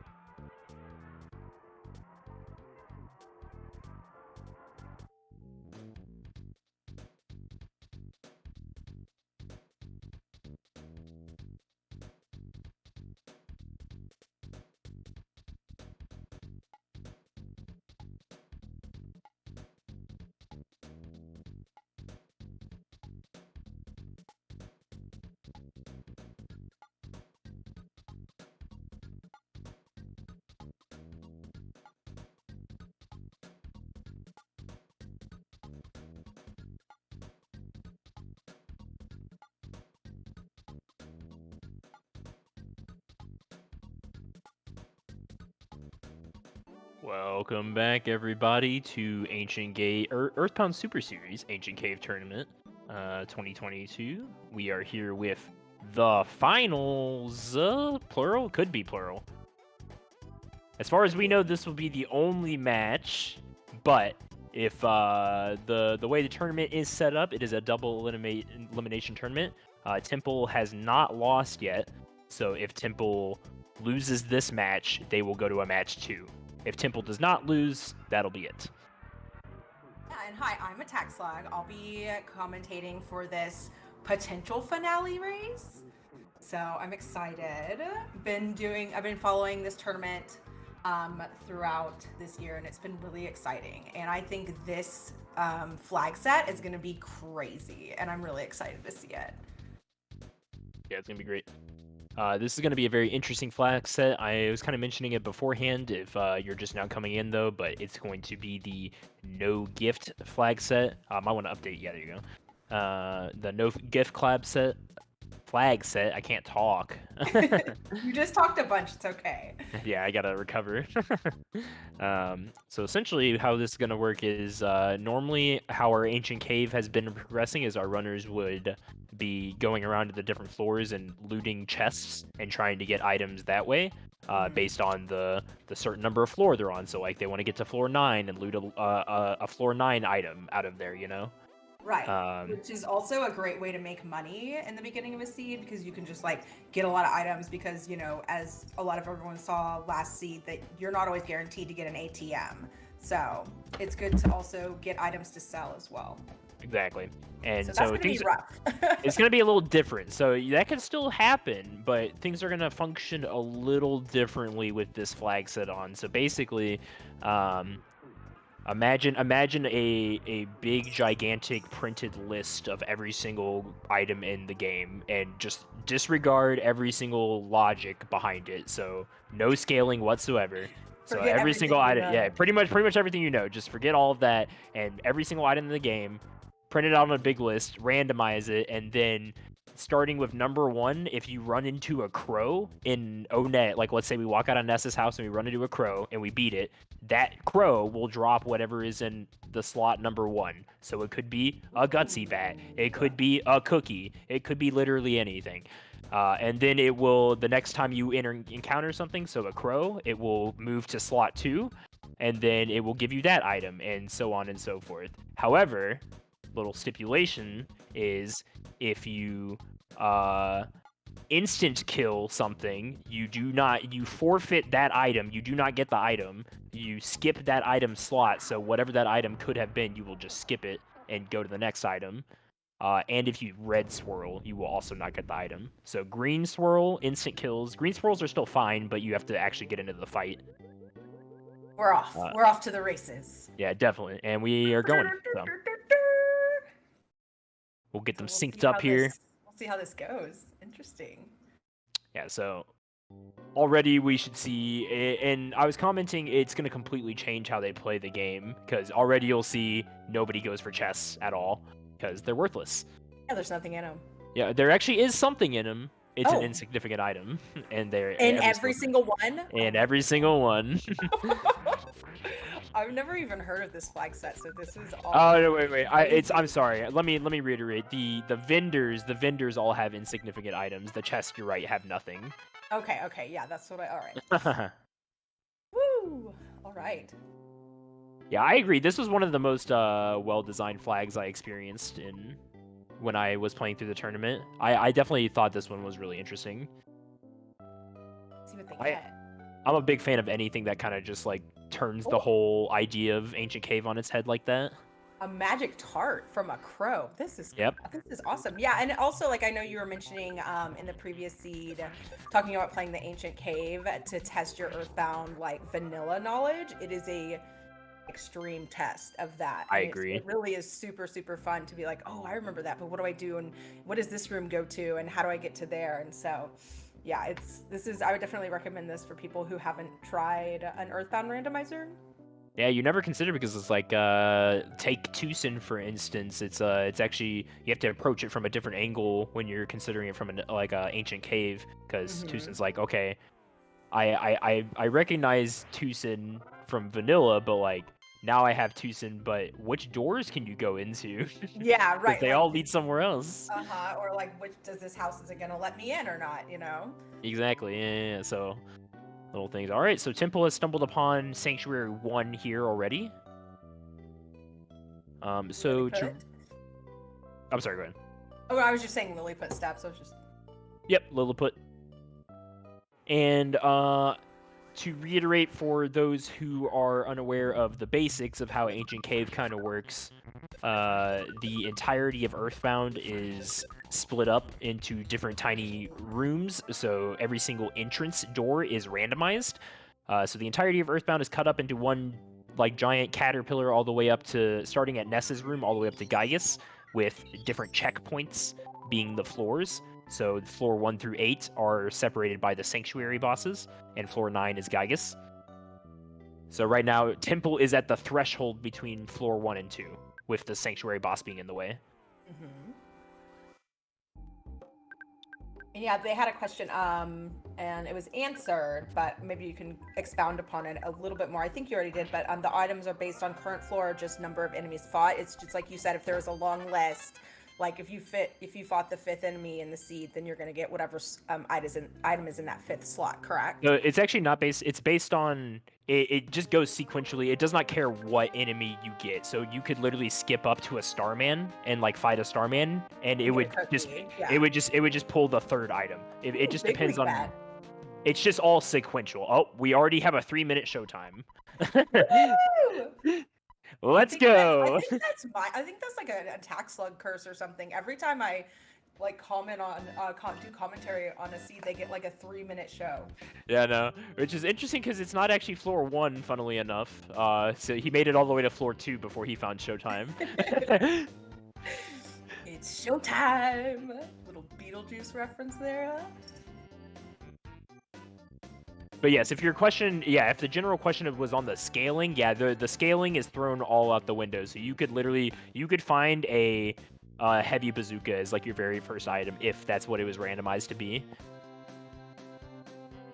But conversely, if let's say heavy bazooka is on the 4th slot and the 4th enemy you ran into, you happen to green swirl, you're gonna pass that heavy bazooka up. It's not gonna give it to you, and then the next enemy you encounter is gonna be the 5th slot. Oh my gosh, wow, okay. So lots of thinking and math. It sounds like math. It is a little bit, but it's one of those things that you can't really control, right? Yeah, or think too much about it. Yeah. Because if like you can, and I'm sure both of our runners do at this point, because we've had this flag set during the provisionals. So both of these runners have at least run this flag set once, at minimum. So they should both be. Speaking of bazooka, we get a crow with a bazooka, which is definitely a very welcome find on floor 1. My goodness.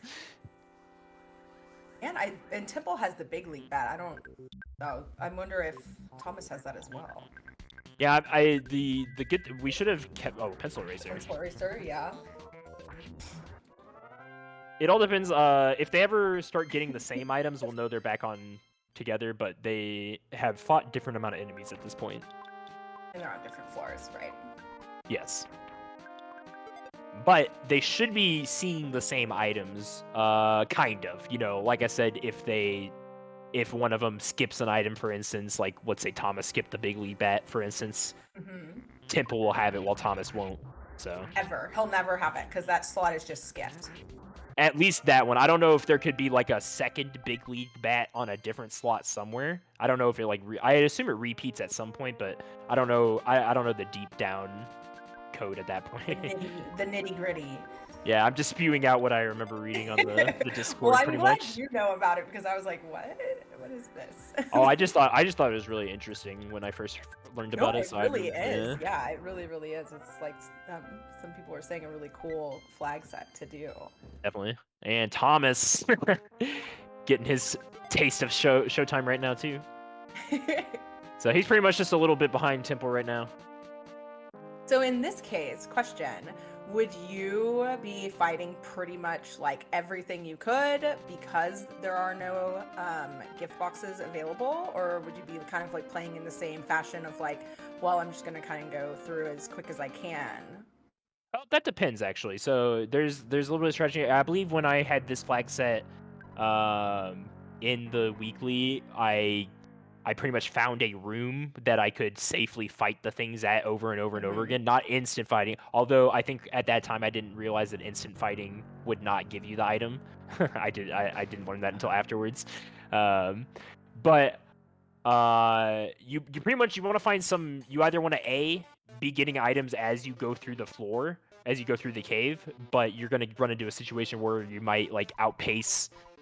You might get a bunch of trash items because you know it's all completely right. You can't rely on the logic, right? Like you can in regular ancient cave. You have to pretty much throw caution to wind. So I honestly see a lot of grinding, in my opinion, in this seed, because if you find those enemies that you can just fight over and over again without them turning into instant kills, then you can consistently get a steady stream of items where you can be like, okay, I'm just gonna keep farming these guys over and over again until I find a star pendant or a sea pendant or whatever. Yeah, or something like a bomb or a bottle rocket. Exactly. Like that.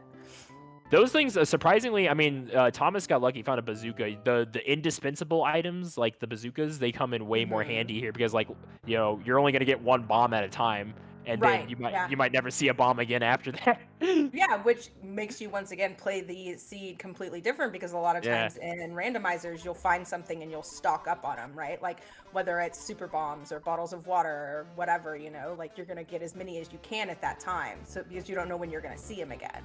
Exactly. Thomas saw 2, by the way. Crimson, sorry. Yeah, and Temple got the skip from the Foresight Theater. Yes. So we, I assume they, yeah, because he just talked to the hitman, so. Which easy bosses. Easy bosses so far this tournament. We had Electro Spectre and Shroom last time, and now we have Guardian General and Kraken. Kraken a little scary, but usually by the time Kraken's on floor 7, Kraken's usually scary if he's like early, but usually if he's on floor 7, he's probably manageable. Still could be kind of scary because we don't know what items they're gonna get. True. But hopefully by then they'll be, you know, leveled up. We're getting some wishes for some nasty bosses. I People see that, yeah. want the blood. Chat wants to see Rizzo. dogs. Bring on the carbon dogs. Bring on the Ness's nightmares. Yeah, golly. Starman Jr. even. I don't know, is Starman Jr. as big of a jerk in Ancient Cave as he is in Scramble? Oh, absolutely. He's kind of a raid boss. Yeah, he's not very fun. He is is getting that 4th floor skip right now. Yep. So he's following right in Temple's tracks here. So both of them are gonna be on 4. High five, little high five. Oh, Thomas is chasing him down. Oh no! Oh, he turned around. He's like, I'm getting a high the five. Same thing that Temple did. He wants to go check. Oh, and now he's gonna see insignificant item. Maybe this shop will have something. Maybe this one. No, just an insignificant item. Looking for a bad time, yeah. See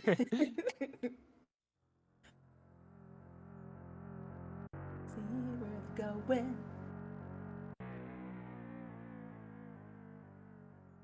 Thank you, appreciate that. Thomas is on 4 crims.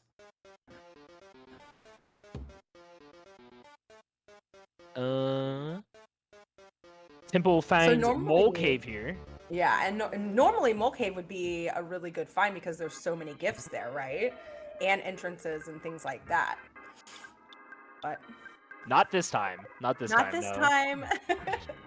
However, Mole Cave is a blessing for a couple other reasons. Mole Cave has the exit mouse hub, which there are only 3 exit mouse hubs in the game, meaning every time you use your exit mouse, you can only replenish it at one of those scripted hubs, so it's nice to find one here. Charles, Temple has a big league bat. Yes, definitely found a good item there. For those who are unaware of the exit mouse, it functions a little differently than it does in vanilla. In Ancient Cave, it's scripted to where if you use it, you can put it down in a spot, and then no matter where else you go in the cave, you can talk to that exit mouse, and then he will take you back to that first space that you put it down at. So sometimes we'll see runners, like, I see it a lot where people will go all the way to Gygus, and then they'll put it down at Gygus, and then go look for items. All right, Temple's getting another skip here. You see that tiny ruby skip this time. Yep, so we have Pooh, actually. Did we already see Dusty, or am I getting seed bleed here? I don't. Oh, definitely not. We have not. We saw the mines, so that would be technically Dusty, but not actual Dusty. I would say he went up here. Sure, go ahead. If anyone knows, so you can still sell items for. Well, no, that wouldn't even matter. You don't have to sell items for money, I guess, unless you want to use. You don't need money. A hotel. Hotels, exactly. Yeah. Which is still. Answered my own question.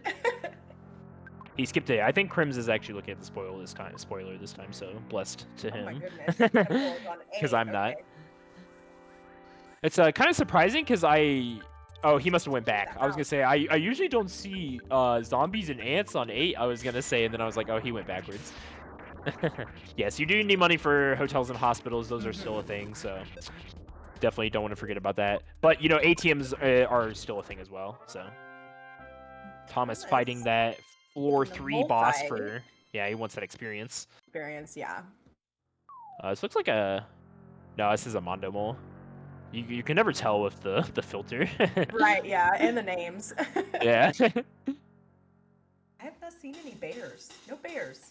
Is it possible to backtrack after escaping floors like this? Yes. You can backtrack in one of two ways. You can do exactly what Thomas is doing right now, where he went behind the sanctuary that he came from. So he's on floor 4 right now, but he found the floor 3 sanctuary and fought that boss. So he could go back to floor 3 if he wanted to, but you can also skip backwards. Just like you can skip forwards, skips on higher floors have a tendency to go backwards.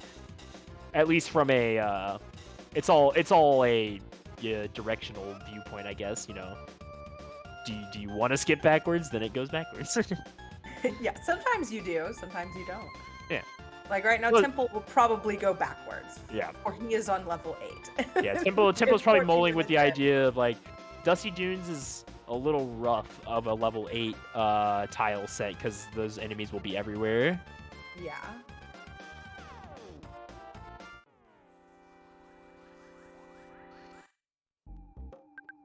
But having access, knowing where level 8 is great. And I would imagine Temple. He did, and I had completely forgot about the flag set. I know why Temple is doing what he's doing now because he can't get items from chest on floor 8. That does nothing for him. So he needs to go back and get the gear for. He's found floor 8, which is great, but he needs to get the gear now to fight it. So now he's going to do what I think we were talking about earlier, which is find a real safe spot with some enemies that aren't too hard to kill, like these ants, yep, and just literally farm them out. And Thomas, high-fiving right here. Will they do the same thing? Only time will tell. Thomas does not have that knowledge of the skip, so we'll see if what he ends up doing here. But he's in the ballpark here, so.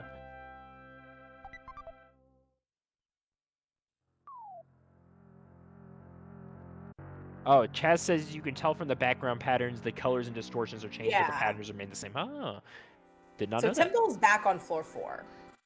Yes, he's just found floor 8. Okay. We can keep it at 8 in case. I mean, I don't know how accurate we want to be with the counter. Yeah, right. It's hard to keep up sometimes.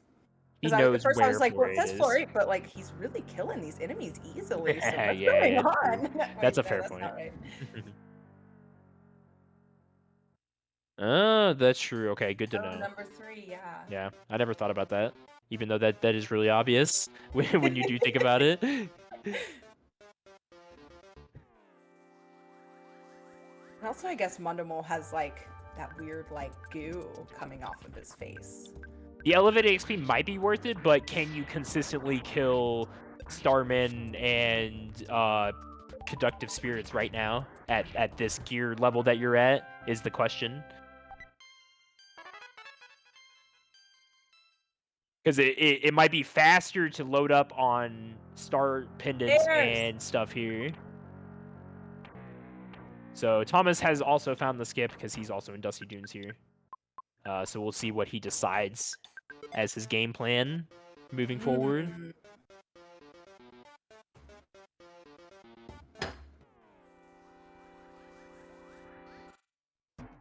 He's going to run into those good old deep darkness gators. It's a flatulent alligator, thank you. Flatulent alligator, yeah. Names. Huh? A defense shower?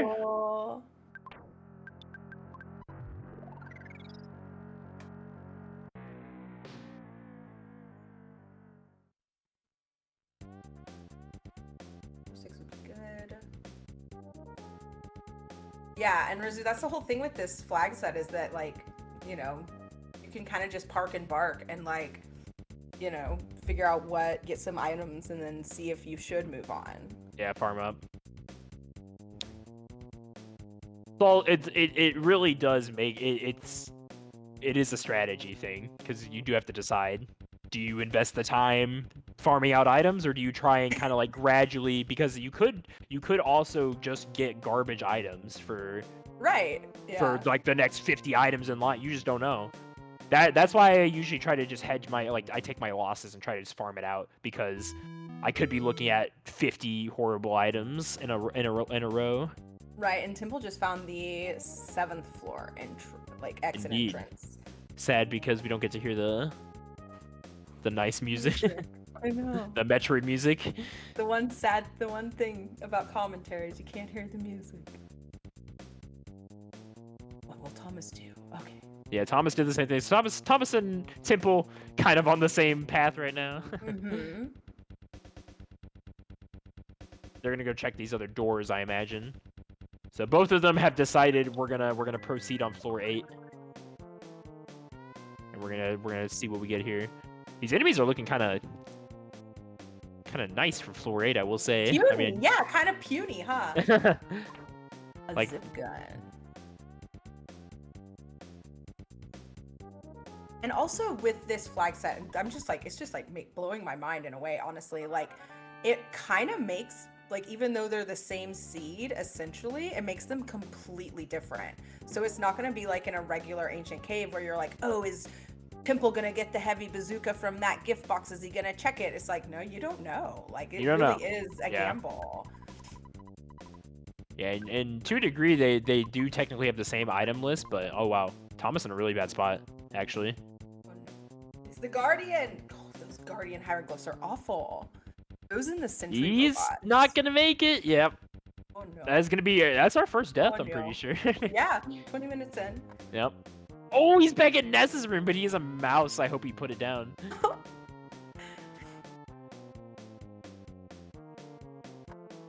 Ooh, that is really bad. I don't know if Thomas put down a mouse. Well, I mean, he can farm off of. Oh, he got a moonbeam gun off a moonbeam crow. gun. Okay. These crows are stocked. Stocked and stacked. So definitely does not look good for him right now. Got a little too ambitious about floor 8.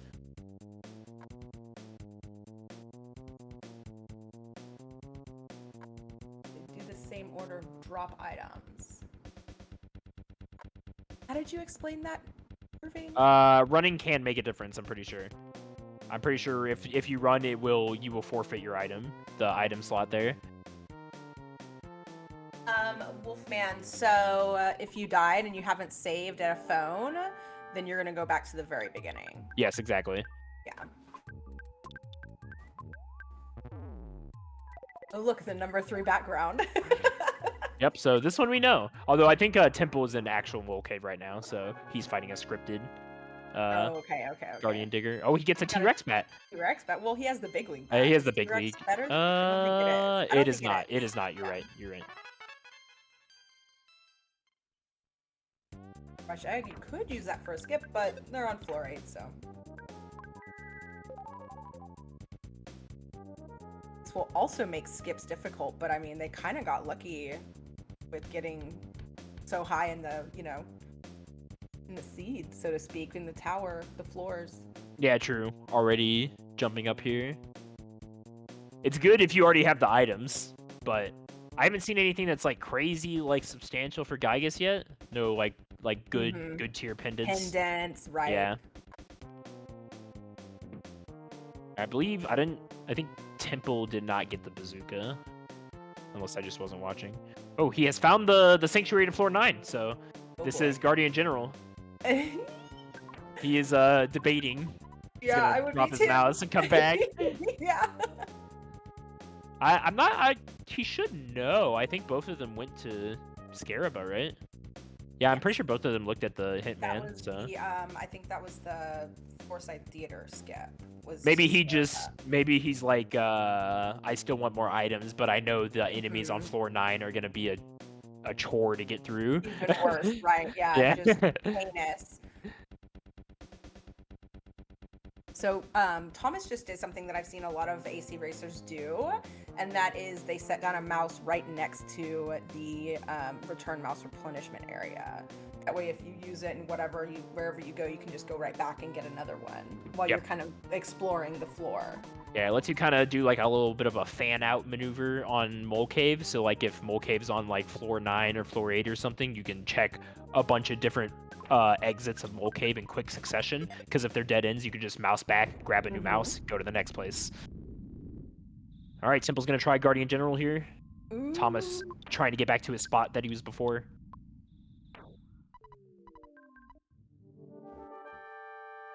It's definitely a safe mouse placement because you can always get one back. No matter what you do, you'll always be able to get one back. Can you paralyze Guardian General? No, the best you can do to him is put him to sleep. That is like. Yeah, I didn't think paralysis worked on him. No, you can paralyze the other Clumsy ones in robot. Pyramid. Oh yeah, and bosses in general that you can Mondo paralyze Mole. are Mondo, Clumsy. Pokey. Any of the human bosses, so Carpainter, Okay, Captain Strong, yeah. Yeah, you're not gonna have paralysis for either of those, but in the rando you will. In the rando you will, yeah. Frankie, Captain Strong, Carpainter, you'll have you can paralyze. Kraken, also another one you can paralyze. And he just paralyzed Thomas. Oh no. Yep. So luckily Ness can also still use paralyze. Thomas's favorite thing is Temple. Yeah, they did that last seed too. Traded each other. There is a risk becoming stuck with if you put your exit mouse down where an NPC spawns. So because NPCs all have the same spawn location on the map. So if you put an exit mouse down where an NPC spawns, you can glitch into it. And Temple made it through to floor 9. Yes, he did. Guardian General, not too difficult of a boss, like we were saying. There's not like any crazy scary bosses. Yeah.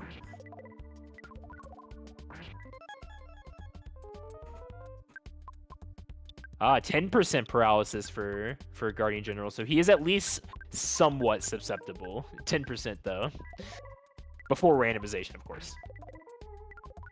But yeah, as Aurelix is saying, Hypnosis is like, if you were gonna use a status on him, Hypnosis is the go-to. If you were just gonna forego not just DPSing him to death. Temple taking out some hieroglyphs. Sorry, I had to grab some water. That's not allowed. Oh! How dare you stay refreshed and hydrated? You gotta hydrate. Really important. Yeah, definitely, and they can get their HP randomized too on top of it also. Thomas finding a much needed full heal. Very nice on floor 8. With the open door for Nessa's house. Gotta love that.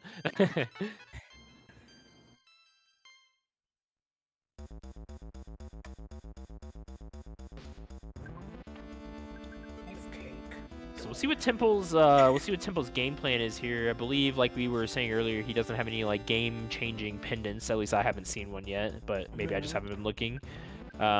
Entirely possible. I don't think he does. So, and the enemies on floor 9, I mean, he's a little higher level now, but the enemies on floor 9 are obviously a little bit of a, final starmen are a little bit of a chore. Yeah, and I mean, if you look at their stats, they only have freeze data, so. So yeah, they're not the highest level, but hey, they got through that one pretty quickly. Yeah. A Horn of Life, all right, we take those. Heck yeah. All right, Thomas doing the patented fan-out method, checking all the exits for Mole Cave, picking up the mouse again.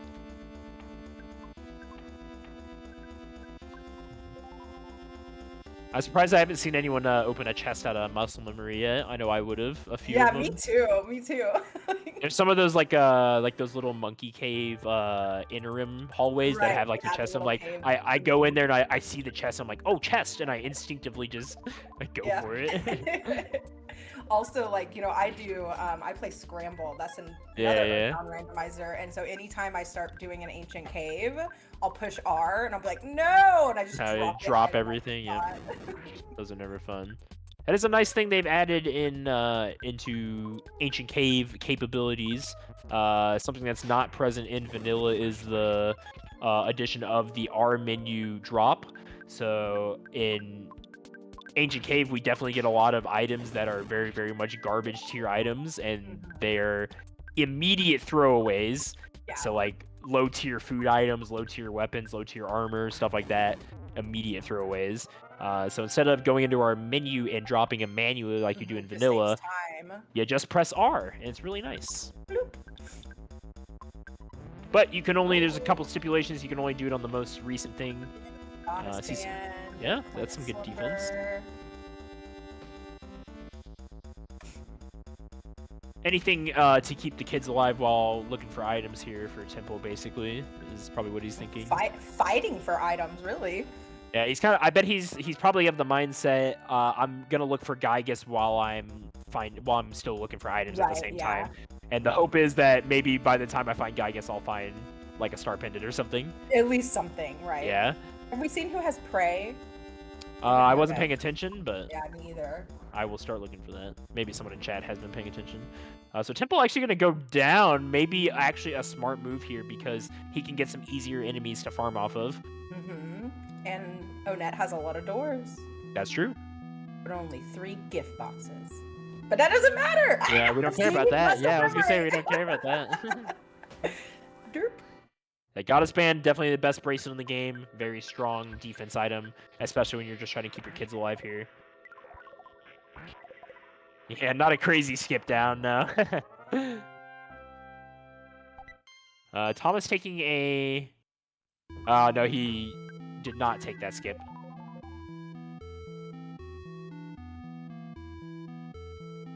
So I believe he is still on 8. I didn't see him actually make it all the way up to 9. I didn't see a Guardian General fight or anything. Yeah, so. I don't think so. Or that giant step cave. Yeah. So Finding a this would bunch be of skips, though. Yeah. Unfortunately, as we mentioned last time, skips on floor 8 and 9 are not as cool to see. Although, an argument can be made for what Temple is doing. Oh, wow. Where the heck is Thomas? Where is Thomas? Thomas went way down. Okay, and then okay. Thomas went down and explored, and I missed that somewhere. Me too. Maybe it was when I was getting my forbidden water.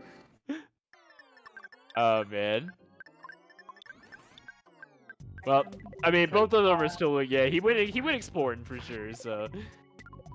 Both of them are still looking for items, so honestly, anything goes at this point. Quest promoter. He has that mouse back to the mole cave, so he probably does not worry. Right. He's not worried about where he's going.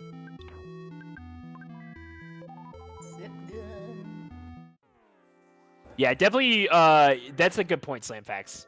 That's a good point for skips for an argument to skip down. Nine times out of 10, I would say you don't want to see a skip down, but if you are aware of the knowledge of the bosses, it could be a strategy to go around it. So, who would skip, dog? Good question. Good question. And I don't know if you've mentioned it in this run, but you do the Hintmen in the towns and such. That's where you're going to be able to find out what bosses you're going to fight on every floor and what floor you're on at the current moment. I did not mention it, but I believe they did already find a Hitman in Scaraba. Yeah. I think it was in Foresight. They started in Foresight, right? They did get that one first. You're right. Yeah. You're right. Or was that last year? I don't remember. Oh gosh. Seed bleed. Yes, it's real. It's fatigue. real. Seed fatigue. I was watching the last one too, so I kind of have it as well. So Thomas trolling around PRV right now. Temple here Someone on floor has a 7. pencil eraser, so Thomas does. He found it off. okay. Yeah. At least, wait. So Was it would Thomas? That is a skip. That would be a skip. You just have to go all the way to Happy, Yes, right? you do have to walk all the end of that skip is all the way over there. Yep. Yeah.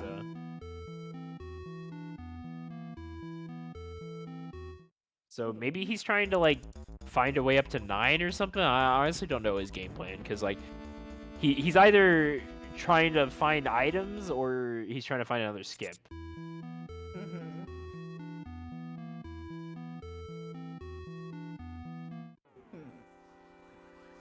Who knows? We're gonna delete this camel though. So he's gonna go ahead and take that skip. Not sure. We don't need no stinking I don't know cave. where it's gonna. I think so.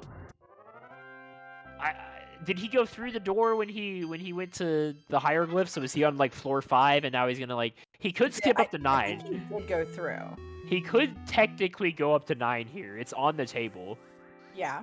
Does anyone have the spoiler available to Oh, what PRV Thomas goes was- to?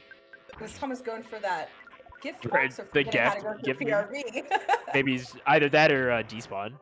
Oh yeah, true. Camels are skips in the seed, yeah. Camel Ooh, eraser. holy fry pan. That's good. Yeah, so some good weapons That's, so far, but still not a whole lot of defense. Holo's best item in the game right there. Best weapon. So yeah, Temple definitely on that just strict farming. He's found his sweet spot. Mm-hmm. Because he knows where floor 9 is, so Gold bracelet. Not bad. Not a bad get. PRV is 4-3. Oof. Oh yeah, I wasn't looking at the enemies, to be fair. That's a good point. Tom is checking that insignificant item. there's that Muscle regular memory. seed. Yeah, exactly. Like He was probably going for a skip item.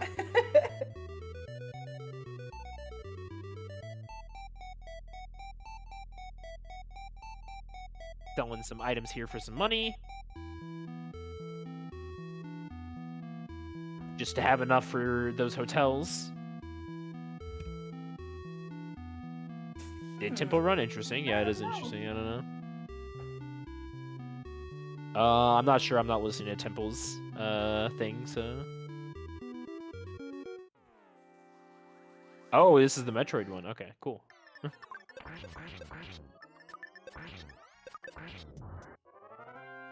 Kraid's lair. Okay, so Thomas back in the mines.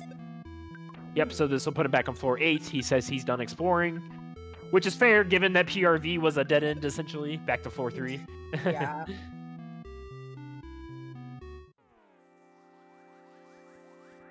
Did get a gold bracelet out of it though, so I mean, I don't know.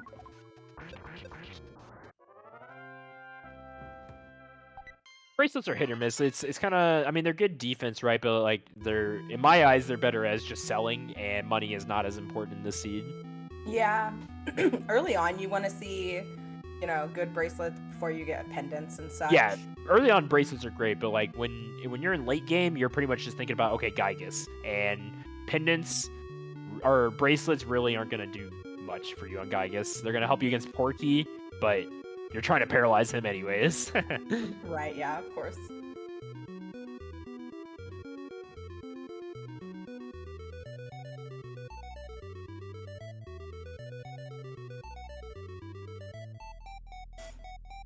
Thomas not having any luck. Stuck on floor 8 here. Looks like Temple's doing some more farming. Yeah, he's just, it's a process, right? You kind What of i- just have what to is move this? through the list. Stardew Valley? Harvest Moon? he's planting the seeds, yeah. You got to put in the work here to get the items, because it's that list is not going to change. So you got to literally just sit here and grind through it until you get the stuff that you want.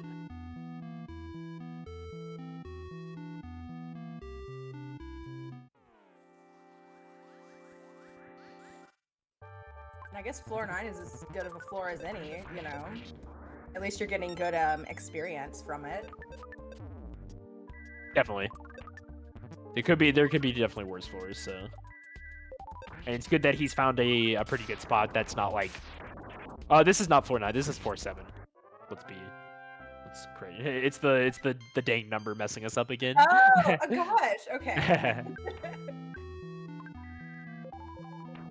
Let's credit where credit is due. He is fighting lower level enemies. Okay.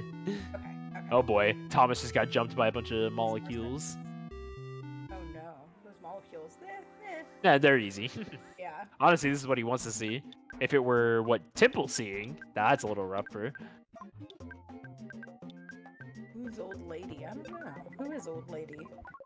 Thomas has the golden. Oh, girls. Thomas just has the Golden Girls. Yes.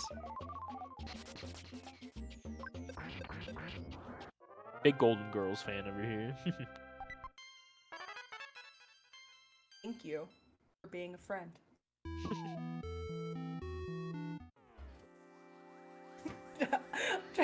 I was about to go on, but I was like, no, I won't. No, I have to. Travel through the ancient cave and back again. God. Listen, I saw the opportunity. I had to You just had to seize it. I can't even blame you. Can't even blame you. Come on.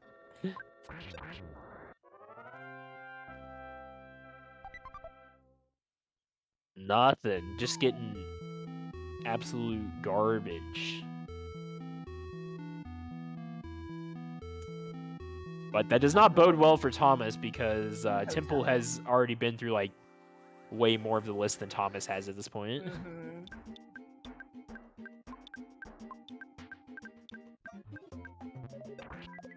See the chance to take, absolutely. Yeah, less. You can't even be upset. You can't even be upset.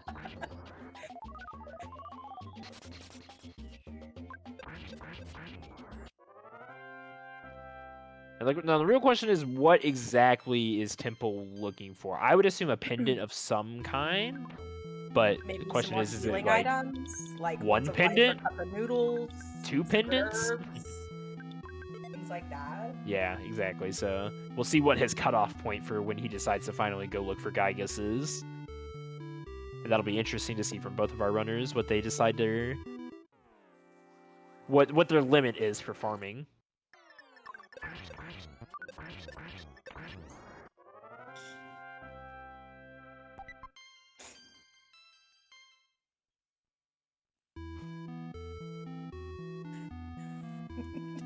12-year-old boy in a 60-year-old woman's body.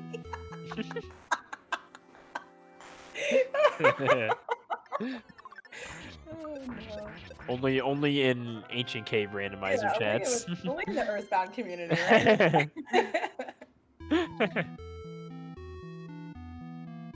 What do you think were some of the more interesting flag sets that we saw during this tournament?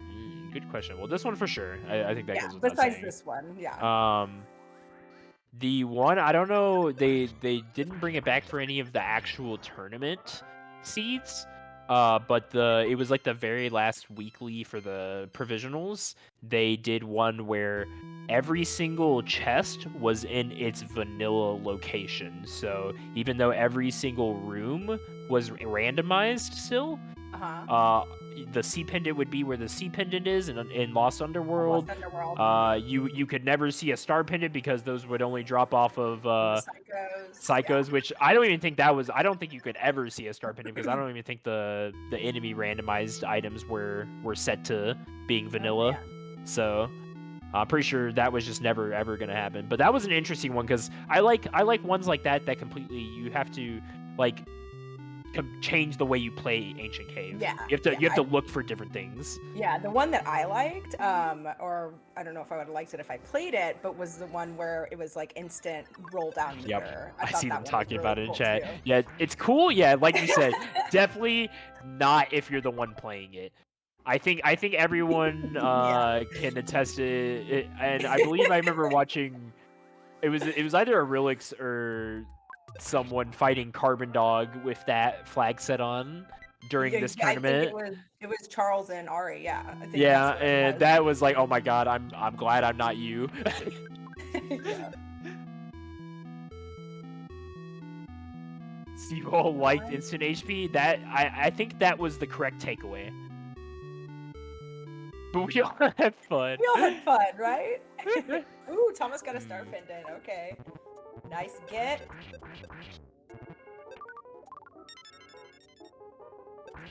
So that is actually really good for Thomas. Yeah. Which almost leads me to believe that Temple skipped over the star pendant slot then. Maybe, yeah. Because I'm pretty positive Temple at this point has grinded out way more enemies than Thomas has. Right? Just because Thomas has been walking around a lot more. Yeah, see that? I was just thinking that, Charles. Most people aren't glad they aren't Charles.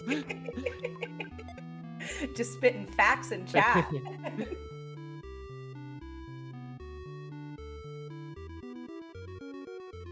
pizza man needs to get out of that preschool. Okay, There we here's go. the Thomas floor 9. finally stumbles upon floor 9 entrance. So we might see Thomas pull ahead depending on what Thomas considers, because I'm pretty sure he has that bazooka on Jeff and he has a star pendant now. So depending on what Thomas considers his go mode, quote unquote. Yeah, Who and got it the looks rabbit's like, foot? Temple. Prey is on Paula, so he put the star pendant on Paula. Okay, that's smart. Also, Prey on Paula is very nice. Mm-hmm. Wait, oh no, Prey's on Poo. Prey's on Poo. Oh, Prey's on Poo? Prey's on Poo. Let's not make the mistake I did last time, where I can't Okay. read. I guess I can't read either. Whoop, this is gonna be bad. I did see a rabbit's foot call go out. I'm assuming Temple got that. I just wasn't watching. Yeah, maybe. The Which is text definitely goes good. by so quick, you know? Yeah. Yes, Thomas's sprites are the golden girls, so. Thomas got an insignificant item from a drop. Are you Hell serious? yeah.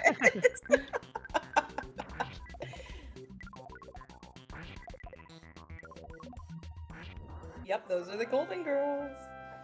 Indeed they are. I think they were made specifically for Thomas, too. Temple grinding away.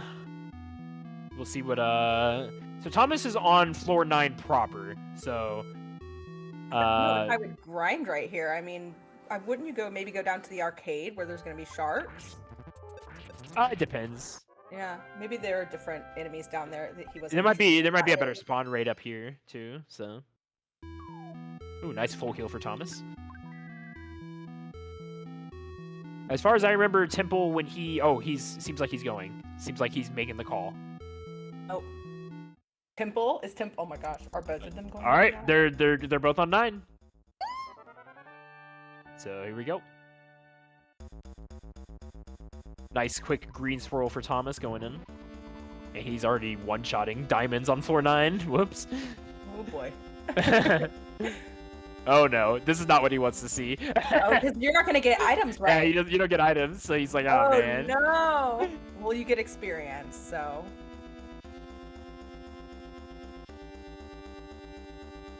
This is exciting. All right, Magnet Hill for exciting. Temple.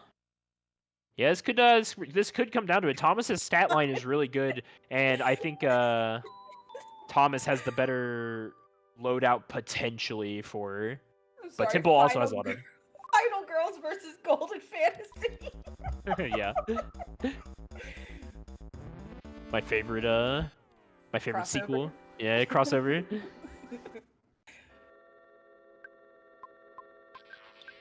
So it might be a race to Gaius, we'll see. Another star pendant? Thomas did get another one? Jeez. He's cruising now.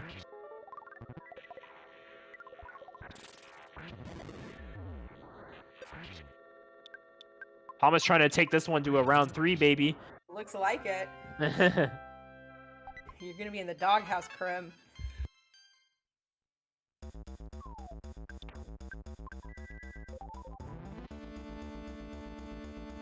For Crimson's marriage.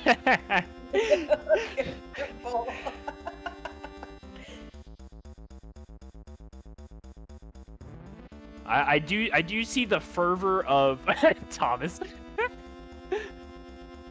He found the dead end to end all dead ends, a room with nothing in it. Just a literal dead end room. It's me or the Earthbound community. That's what Crimson's wife is gonna say. Which will he choose? Hey, it's not over until those intestines are on screen. So. Yeah. And I'm definitely seeing both of our runners running around with the fervor of where the heck is Gaius? Where is he? Yeah. I need to find him now.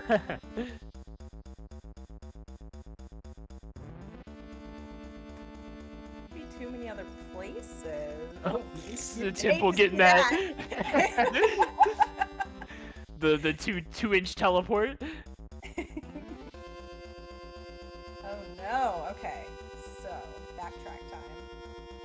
Yep, not the way he wants to go. Could lead a good way for Thomas then. Oh, Thomas is going to do the same thing Temple did. That's where Temple got the scat. Yep, so he's going to net right now. Yep. So Thomas going to do what Temple did, just a little Well, I don't know if we'll see the same amount of grinding that Temple Yeah. did. That was a solid 10 minutes of grinding, just straight grinding For from sure, Temple, by the yeah. way. For items, yeah. Oh, look at his stats. Okay. Oh yeah, they This gotta guy be probably insane. still Yeah. has 2 star pendants. How does what? I know, Come it's on. so unlucky. Like that had to have been just like the most unlucky rolls Do we for think, Temple. do we think Googie's gonna be an Onet or no? No, because no, no, Onet no. is Onet's a 4/7. 4/7. Onet's 4/7. So Yeah. I mean, lots of dead ends. right now, Temple is actually on his way to pulling ahead here. Although Yes. he seems to be a little lost, backtracking, having to People. backtrack a little bit. Floor 9 being a little mazy here right now. Little bugs and slugs. Yep. Thomas does have really Yeah. good stats. Like let's not disparage that.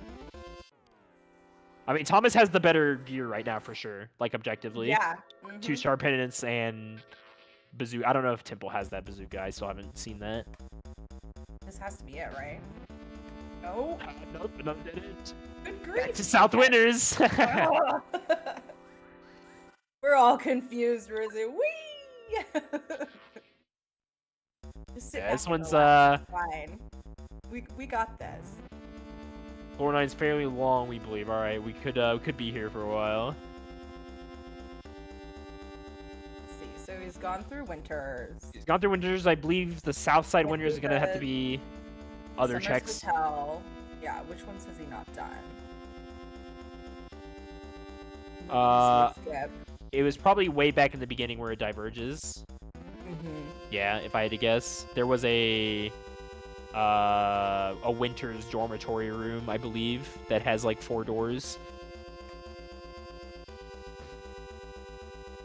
There's Xanax.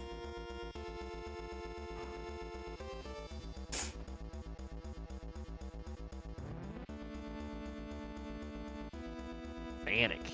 Well, I mean, this is definitely new territory for Temple, that's for sure. So Yeah. couple Not of I Chompasaurs. mean, not a great or- floor here. You want to see? There's only 2. There's like that end and the other one. So. Yep. Ahoy! Oh, there we go. We found it. Hiding in Dungeon Give me Man. that time. We'll see what happens. I mean, I would assume. Okay, so he's backing out. I'm not sure what his plan is. He also just barely got into or dodged a flame there. What's he gonna do? Might be going for a phone. Yeah. Because I would assume that, and he doesn't look like he's going for an encounter here, so I would assume that because he left Onet, he was fully intending on just finding Gygus and going for it. So I would assume at this point he's going for a phone. Yeah. And Okay, not trying to- that's a good question. I wondered about that. Is there actually scaling logic within the floors themselves? Like, is the beginning of floor 9 have different enemies than the end of floor 9? Is that actually a thing? I'm not sure if you know, Slugs. I'm asking. Ask the question again. It... Like, so you're saying, so like by the different areas, would it be scaled? Yeah. So like right before Gygus, will there be Cave of the Past enemies, and then in the beginning of floor 8, will there be like Fire Spring enemies? I don't know. I don't know the answer to that. And I Chaz would said yes. imagine- Chaz said yes. Chaz said Okay. yes. Yeah. Okay. Yes. The logic only cares about room depth, not floor number. Oh, Gotcha. okay. Oh, I hadn't considered that. Okay, that actually kind of changes a lot of what I know. Me too. Okay. maybe not a Wow. lot, but like that changes at least something fundamentally about what I know. So What is that for the phone? What is that? 'Cause- thing? I had never ever considered. Old tube of toothpaste. Wait, What is it? What is that like weird blob? Sorry, I got distracted. is it like one of the sprite re-swaps? Or Yeah, something? it's like a weird sprite. I like how there's I'll a little have to see it Koopa. again. Look, there's a Koopa looking over the magnet hill. He's the peeping Koopa. Oh, I do see that. That's cute. Okay, so yeah, I don't think Temple set down a mouse, but he's not far from where he needs to go. That thing, do you see it? Oh, it's a. Oh, What is that? wait, yeah. Hold on. Can't see it now. It's a. Damn it, Temple, close the menu. Like I said, it's like an old, like burnt up tuba Yeah, it's like a little What like. is it? It's I think it's one of the custom. I think it's one of the custom sprites. Oh, yeah, for sure. It's definitely not from Earthbound. Not that I know of. It's whatever Temple has in his background. party. It's whatever Jeff is in his party, but on the ground. Oh, so Shadow sleeping. Okay. Yeah. Okay. I was like, wait, you're right. What is that? That was so Yeah, cool. Temple unfortunately does not have a mouse, but he's still pretty close to Giygas. So. Yeah, he was close, and he knew how to get back. Yep. Exactly. So not the worst situation to be in for him. Sandlot bat. Fights. Thomas actually in the ballpark here for Giygas, right? Pretty sure. Because that's that same. Yep. Real close. All right, here goes Temple. Woo! So this could come down to Giygas here, just like last race.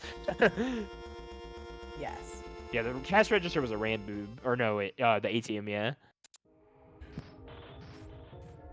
There's a little, what are those things in the top left? Oh, that's Lala. Lolo Yeah. and Lola from Lola's Yeah. Adventure. I love Lola's Adventure. I love all the custom ones. Girl. Yikes.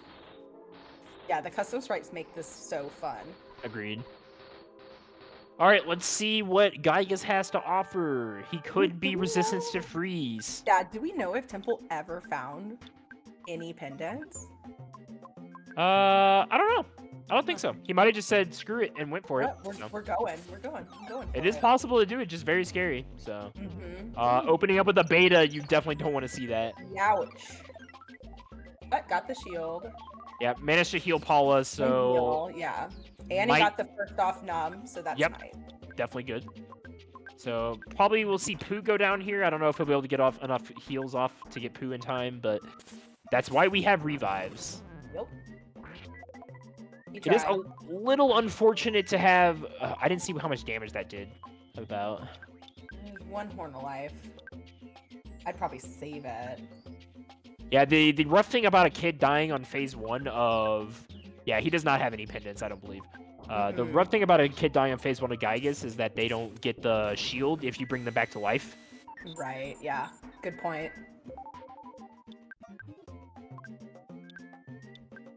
Yep, he did get the numb off. Yeah, he did. First try. Yep. So we're pretty much... And I think Temple is doing the smart thing here by not reviving Pooh, just waiting till phase 2. For And sure. just trying to see. And I think he is freeze resistant, just judging that Temple is not using freeze anymore, so... Mm-hmm. And I'm pretty sure the beta I saw did like 20 damage, so... Yeah, it was 21. Yeah, I wasn't sure if that was a 121 or a 21. Either way, that's pretty bad for a beta, so... Yeah, you do not want to see that, especially Yep. for free beta. Yep, definitely. Yeah, go get the brain shock. Could be, it is definitely viable, it's just, and you can definitely work around it. Yeah. You can try to bring Pooh back and then put the shield on him in the same turn, but you have to like really know your kid's speeds at that point. And menu like a crazy person. Which Temple is pretty crazy at menuing. And I believe what he's doing, he's just trying to see if Jeff can just damage it out with the Moonbeam gun. Is the goal here. He has plenty of psychic points on Paula, so... And he is using Magnet as well, so... Yeah, exactly. So I mean, that's all Paula can do really right now anyways, so... Yeah. I mean, I guess you could do fire, but... True. Probably not worth it, though. Not worth the psychic points. Yeah. I don't think he has the Zuka, though. That's... I think Thomas does. Thomas definitely does. I think Temple just has a Moonbeam gun, unless he maybe thinks the Moonbeam gun is more powerful than the Zuka, which is definitely maybe true. Yeah. I feel like he might have the Zook. The Yeah, Zook. Brain Shock straps are pretty cool. Yeah, definitely unlucky that he opened up with a beta, because we could have seen Pooh live here with an alpha, rockin'. Right, Thomas now going down the same path that Temple went down, so About to he's get that two-inch scoop. doing donuts. He went back. Yep. The 2-inch skip. Yep. Is he gonna open it up? Nope. Getting close. Temple struggling to get Yeah, past. Temple just Oh, there we go. Phase 2, phase! baby. That is what he wanted to see because that's really the hurdle in the Gygas fight, in my opinion. Well, Yes, it okay, really hold is. on. Now hold on. Oh, He oh, has no oh, pendants, oh. so. Oh dear. But The you can rest- bring back Pooh, and Pooh has no. Brain Shock. Brain Shock will be helpful here. Yes. Because every turn that Gygas misses a flash on himself or something like that is a great turn for not having any pendants. So Temple does have the bazooka confirmed. Okay. This does not look good for him. He just took a really nasty freeze. He was able to bring Pooh back, but he's got to get some heals out. Oh god. Paula probably going to take a death here. Does he have another? Does he have another healing item? Oh, it doesn't matter. She's not prey. Never mind. She's not, but that's a lot of DPS to lose on phase 2. Ooh, bag of Dragonite on Pooh. Oh, okay. These are unlucky. Oh man, this is crazy. He's in a bad spot here, but luckily he managed to get the life up off on Ness, so. This actually is both his kids are healed up, and I believe Gygas is brain shocked here. Yes, which is why he's using PSI attacks. So it actually he's in a better spot. Okay. And we did see a Star Master, I believe, Everyone, pulled out for. Remember to breathe. Take a deep breath in and a deep breath out. And thought that was maybe the. Oh, that might be the phase 2. Phase 3.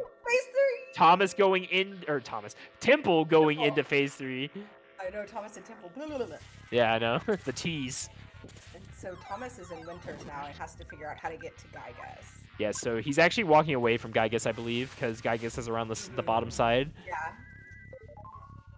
Little unlucky for him, because by all intents and purposes, Thomas is much better equipped for Gygas, but he is just Temple getting. is fighting. He cannot Fighting find him. through. He can't find him. And that'll kill you. But it's not over yet. He still has to get through phase 3. He's got to reapply that brain shock. That's his only opportunity here. For sure. He's got to hope Pooh doesn't die here. But Gygas does a dead turn on the turn where it matters. Yes. Crimson's marriage might be saved.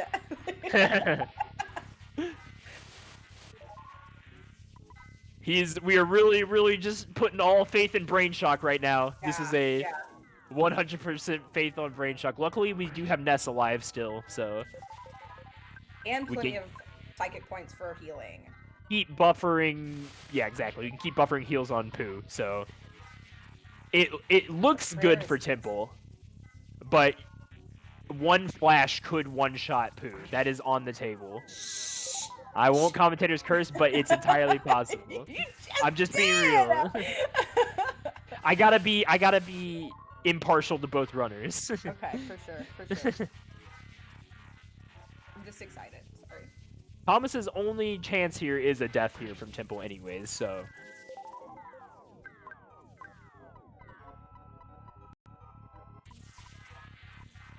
Temple does not have any flash protection now. Temple has no pendants at all. Not a 1. He is he's going full pendantless. And it's working, surprisingly. Yeah. I've seen it now twice in the tournament, so I think it's pretty Thomas is crazy. getting closer. Yes, I believe he needs to go to that bottom side. Yes, go down to the other tents, Thomas. Because he's actually I believe he's only a few doors away from. He needs to find that cave of the past room. Someone just got mortal damage. Who has 1 HP? I don't know what prayer he's on, though. He needs to not get a Gygas attack here. Oh, God. He needs a dead turn. Oh, he thunders himself. Nice. Oh, my gosh. Holy moly. We are completely reliant on Brain Shot. Speed this prayer to the people of Earth. And Thomas, get your butt to Gygas. He's on the way. I'm pretty sure he is tapping on the door here of that cave at the past room. Yep, he is literally about to find Gygas right here. Here we go. So it really does come down to This is Oh my it. gosh. Oh my gosh. Okay. This is the deciding prayer right here. Oh my God. Get ready for time in. There it is. Woo! And Temple! that is it. Earthbound Super Series Ancient Cave 2022 has come to an end. Sir Temple, 0 losses. Winner bracket all the way through. Yes, Pendulous Gygus Pendulum Gygus for the final victory. The dude, just fought through it tooth and nail. Thomas absolutely ridiculous. I'm excited to see Thomas's fight through Gygus as well because it's gonna be. I wonder how much quicker it's gonna be because he has so much more gear.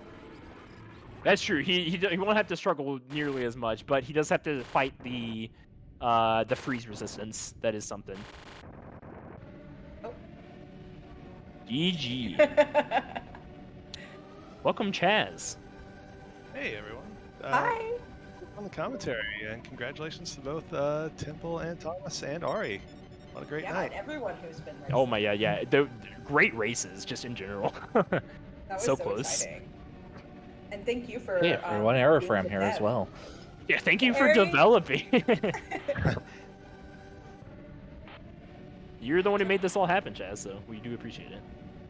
Like I said, the community really ran the tournament this time. I was super hands off this year, so thank you to everyone who was able to restream and come up with cool ideas. And yeah, it was great stuff. Yeah, thank you, Chaz, for everything. Without your creation and your support throughout the years, this would not have been possible. And viewers like you. Definitely. Yep. So thank you everyone for coming on down. That will go ahead and wrap up the tournament here. Congratulations again to Temple, first place here. Thomas, second place, a very commendable second place. Absolutely. And Aurelix, of course, a very strong showing for his match as well. Just press the buttons to make the new version of the randomizer go live with Temple's name in the credits. So congratulations. Ooh, That's now live. Everyone can see that. Wow. that's instant. Dang. Nice. A couple I'm new ready. PC sprites too. We have a new Nice. spriter, Plastics Enjoyer, who's made a couple new sprites, including Saul Goodman. So if you want to be Saul Goodman in Earthbound, Ooh. That's awesome. you know, Like from Better Call Saul? Is that Yes. what that is? that's the one. Yep. I want to throw out there before we wrap up here. I want to thank the other tournament admins that helped out throughout this entire process. Yeah, absolutely. Temple was a tournament admin that supported from behind the scenes that did not impact his own races. Andy Perfect as well. Hunter was also a big support in the early days, and Chaz Hunter and I were in DMs early on, keeping Andy and Temple excluded from all the details. Supporting that, and I'd like to thank all the restreamers that participated, from Crimson to Arts and Crofts to RJ, and without everyone, this would not be possible. And along with the variety of commentators we have, I'm not going to list them all off because I know I'm going to forget someone. It's quite a few. And thank you, Ari, for helping organize it all. Like, that cannot be said enough as well. A lot of people had a hand in organizing, but I know Ari spearheads a lot of it, so. I work from the background while I can. Yeah, he does a good job of it, so. If you I want don't to see know. more over on the Earthbound Super Series channel here on Twitch, we'll be doing more races in the future. We'll be doing some PK Scramble races if you want to see a more traditional item randomizer. And also whenever it is next time to do the next Boogie tournament as well, right? Yep, that'll Yep, be right and here. the community is also starting up a monthly glitchless race as well for a nice 4-hour stream, so we might be seeing that once a month if we can get the streamers available for that. Yeah, that'd be fun to see on stream. That's cool. Yes, that's at Earthbound Super Series here on Twitch. Thank you to RPG Limit Break for hosting us yet again for our tournament finales. As always, we highly appreciate the time and space that you let us take up here.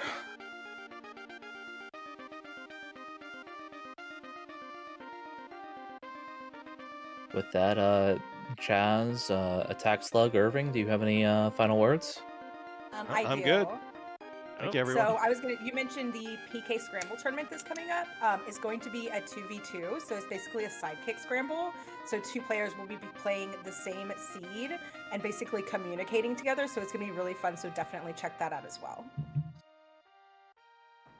Thanks, everyone.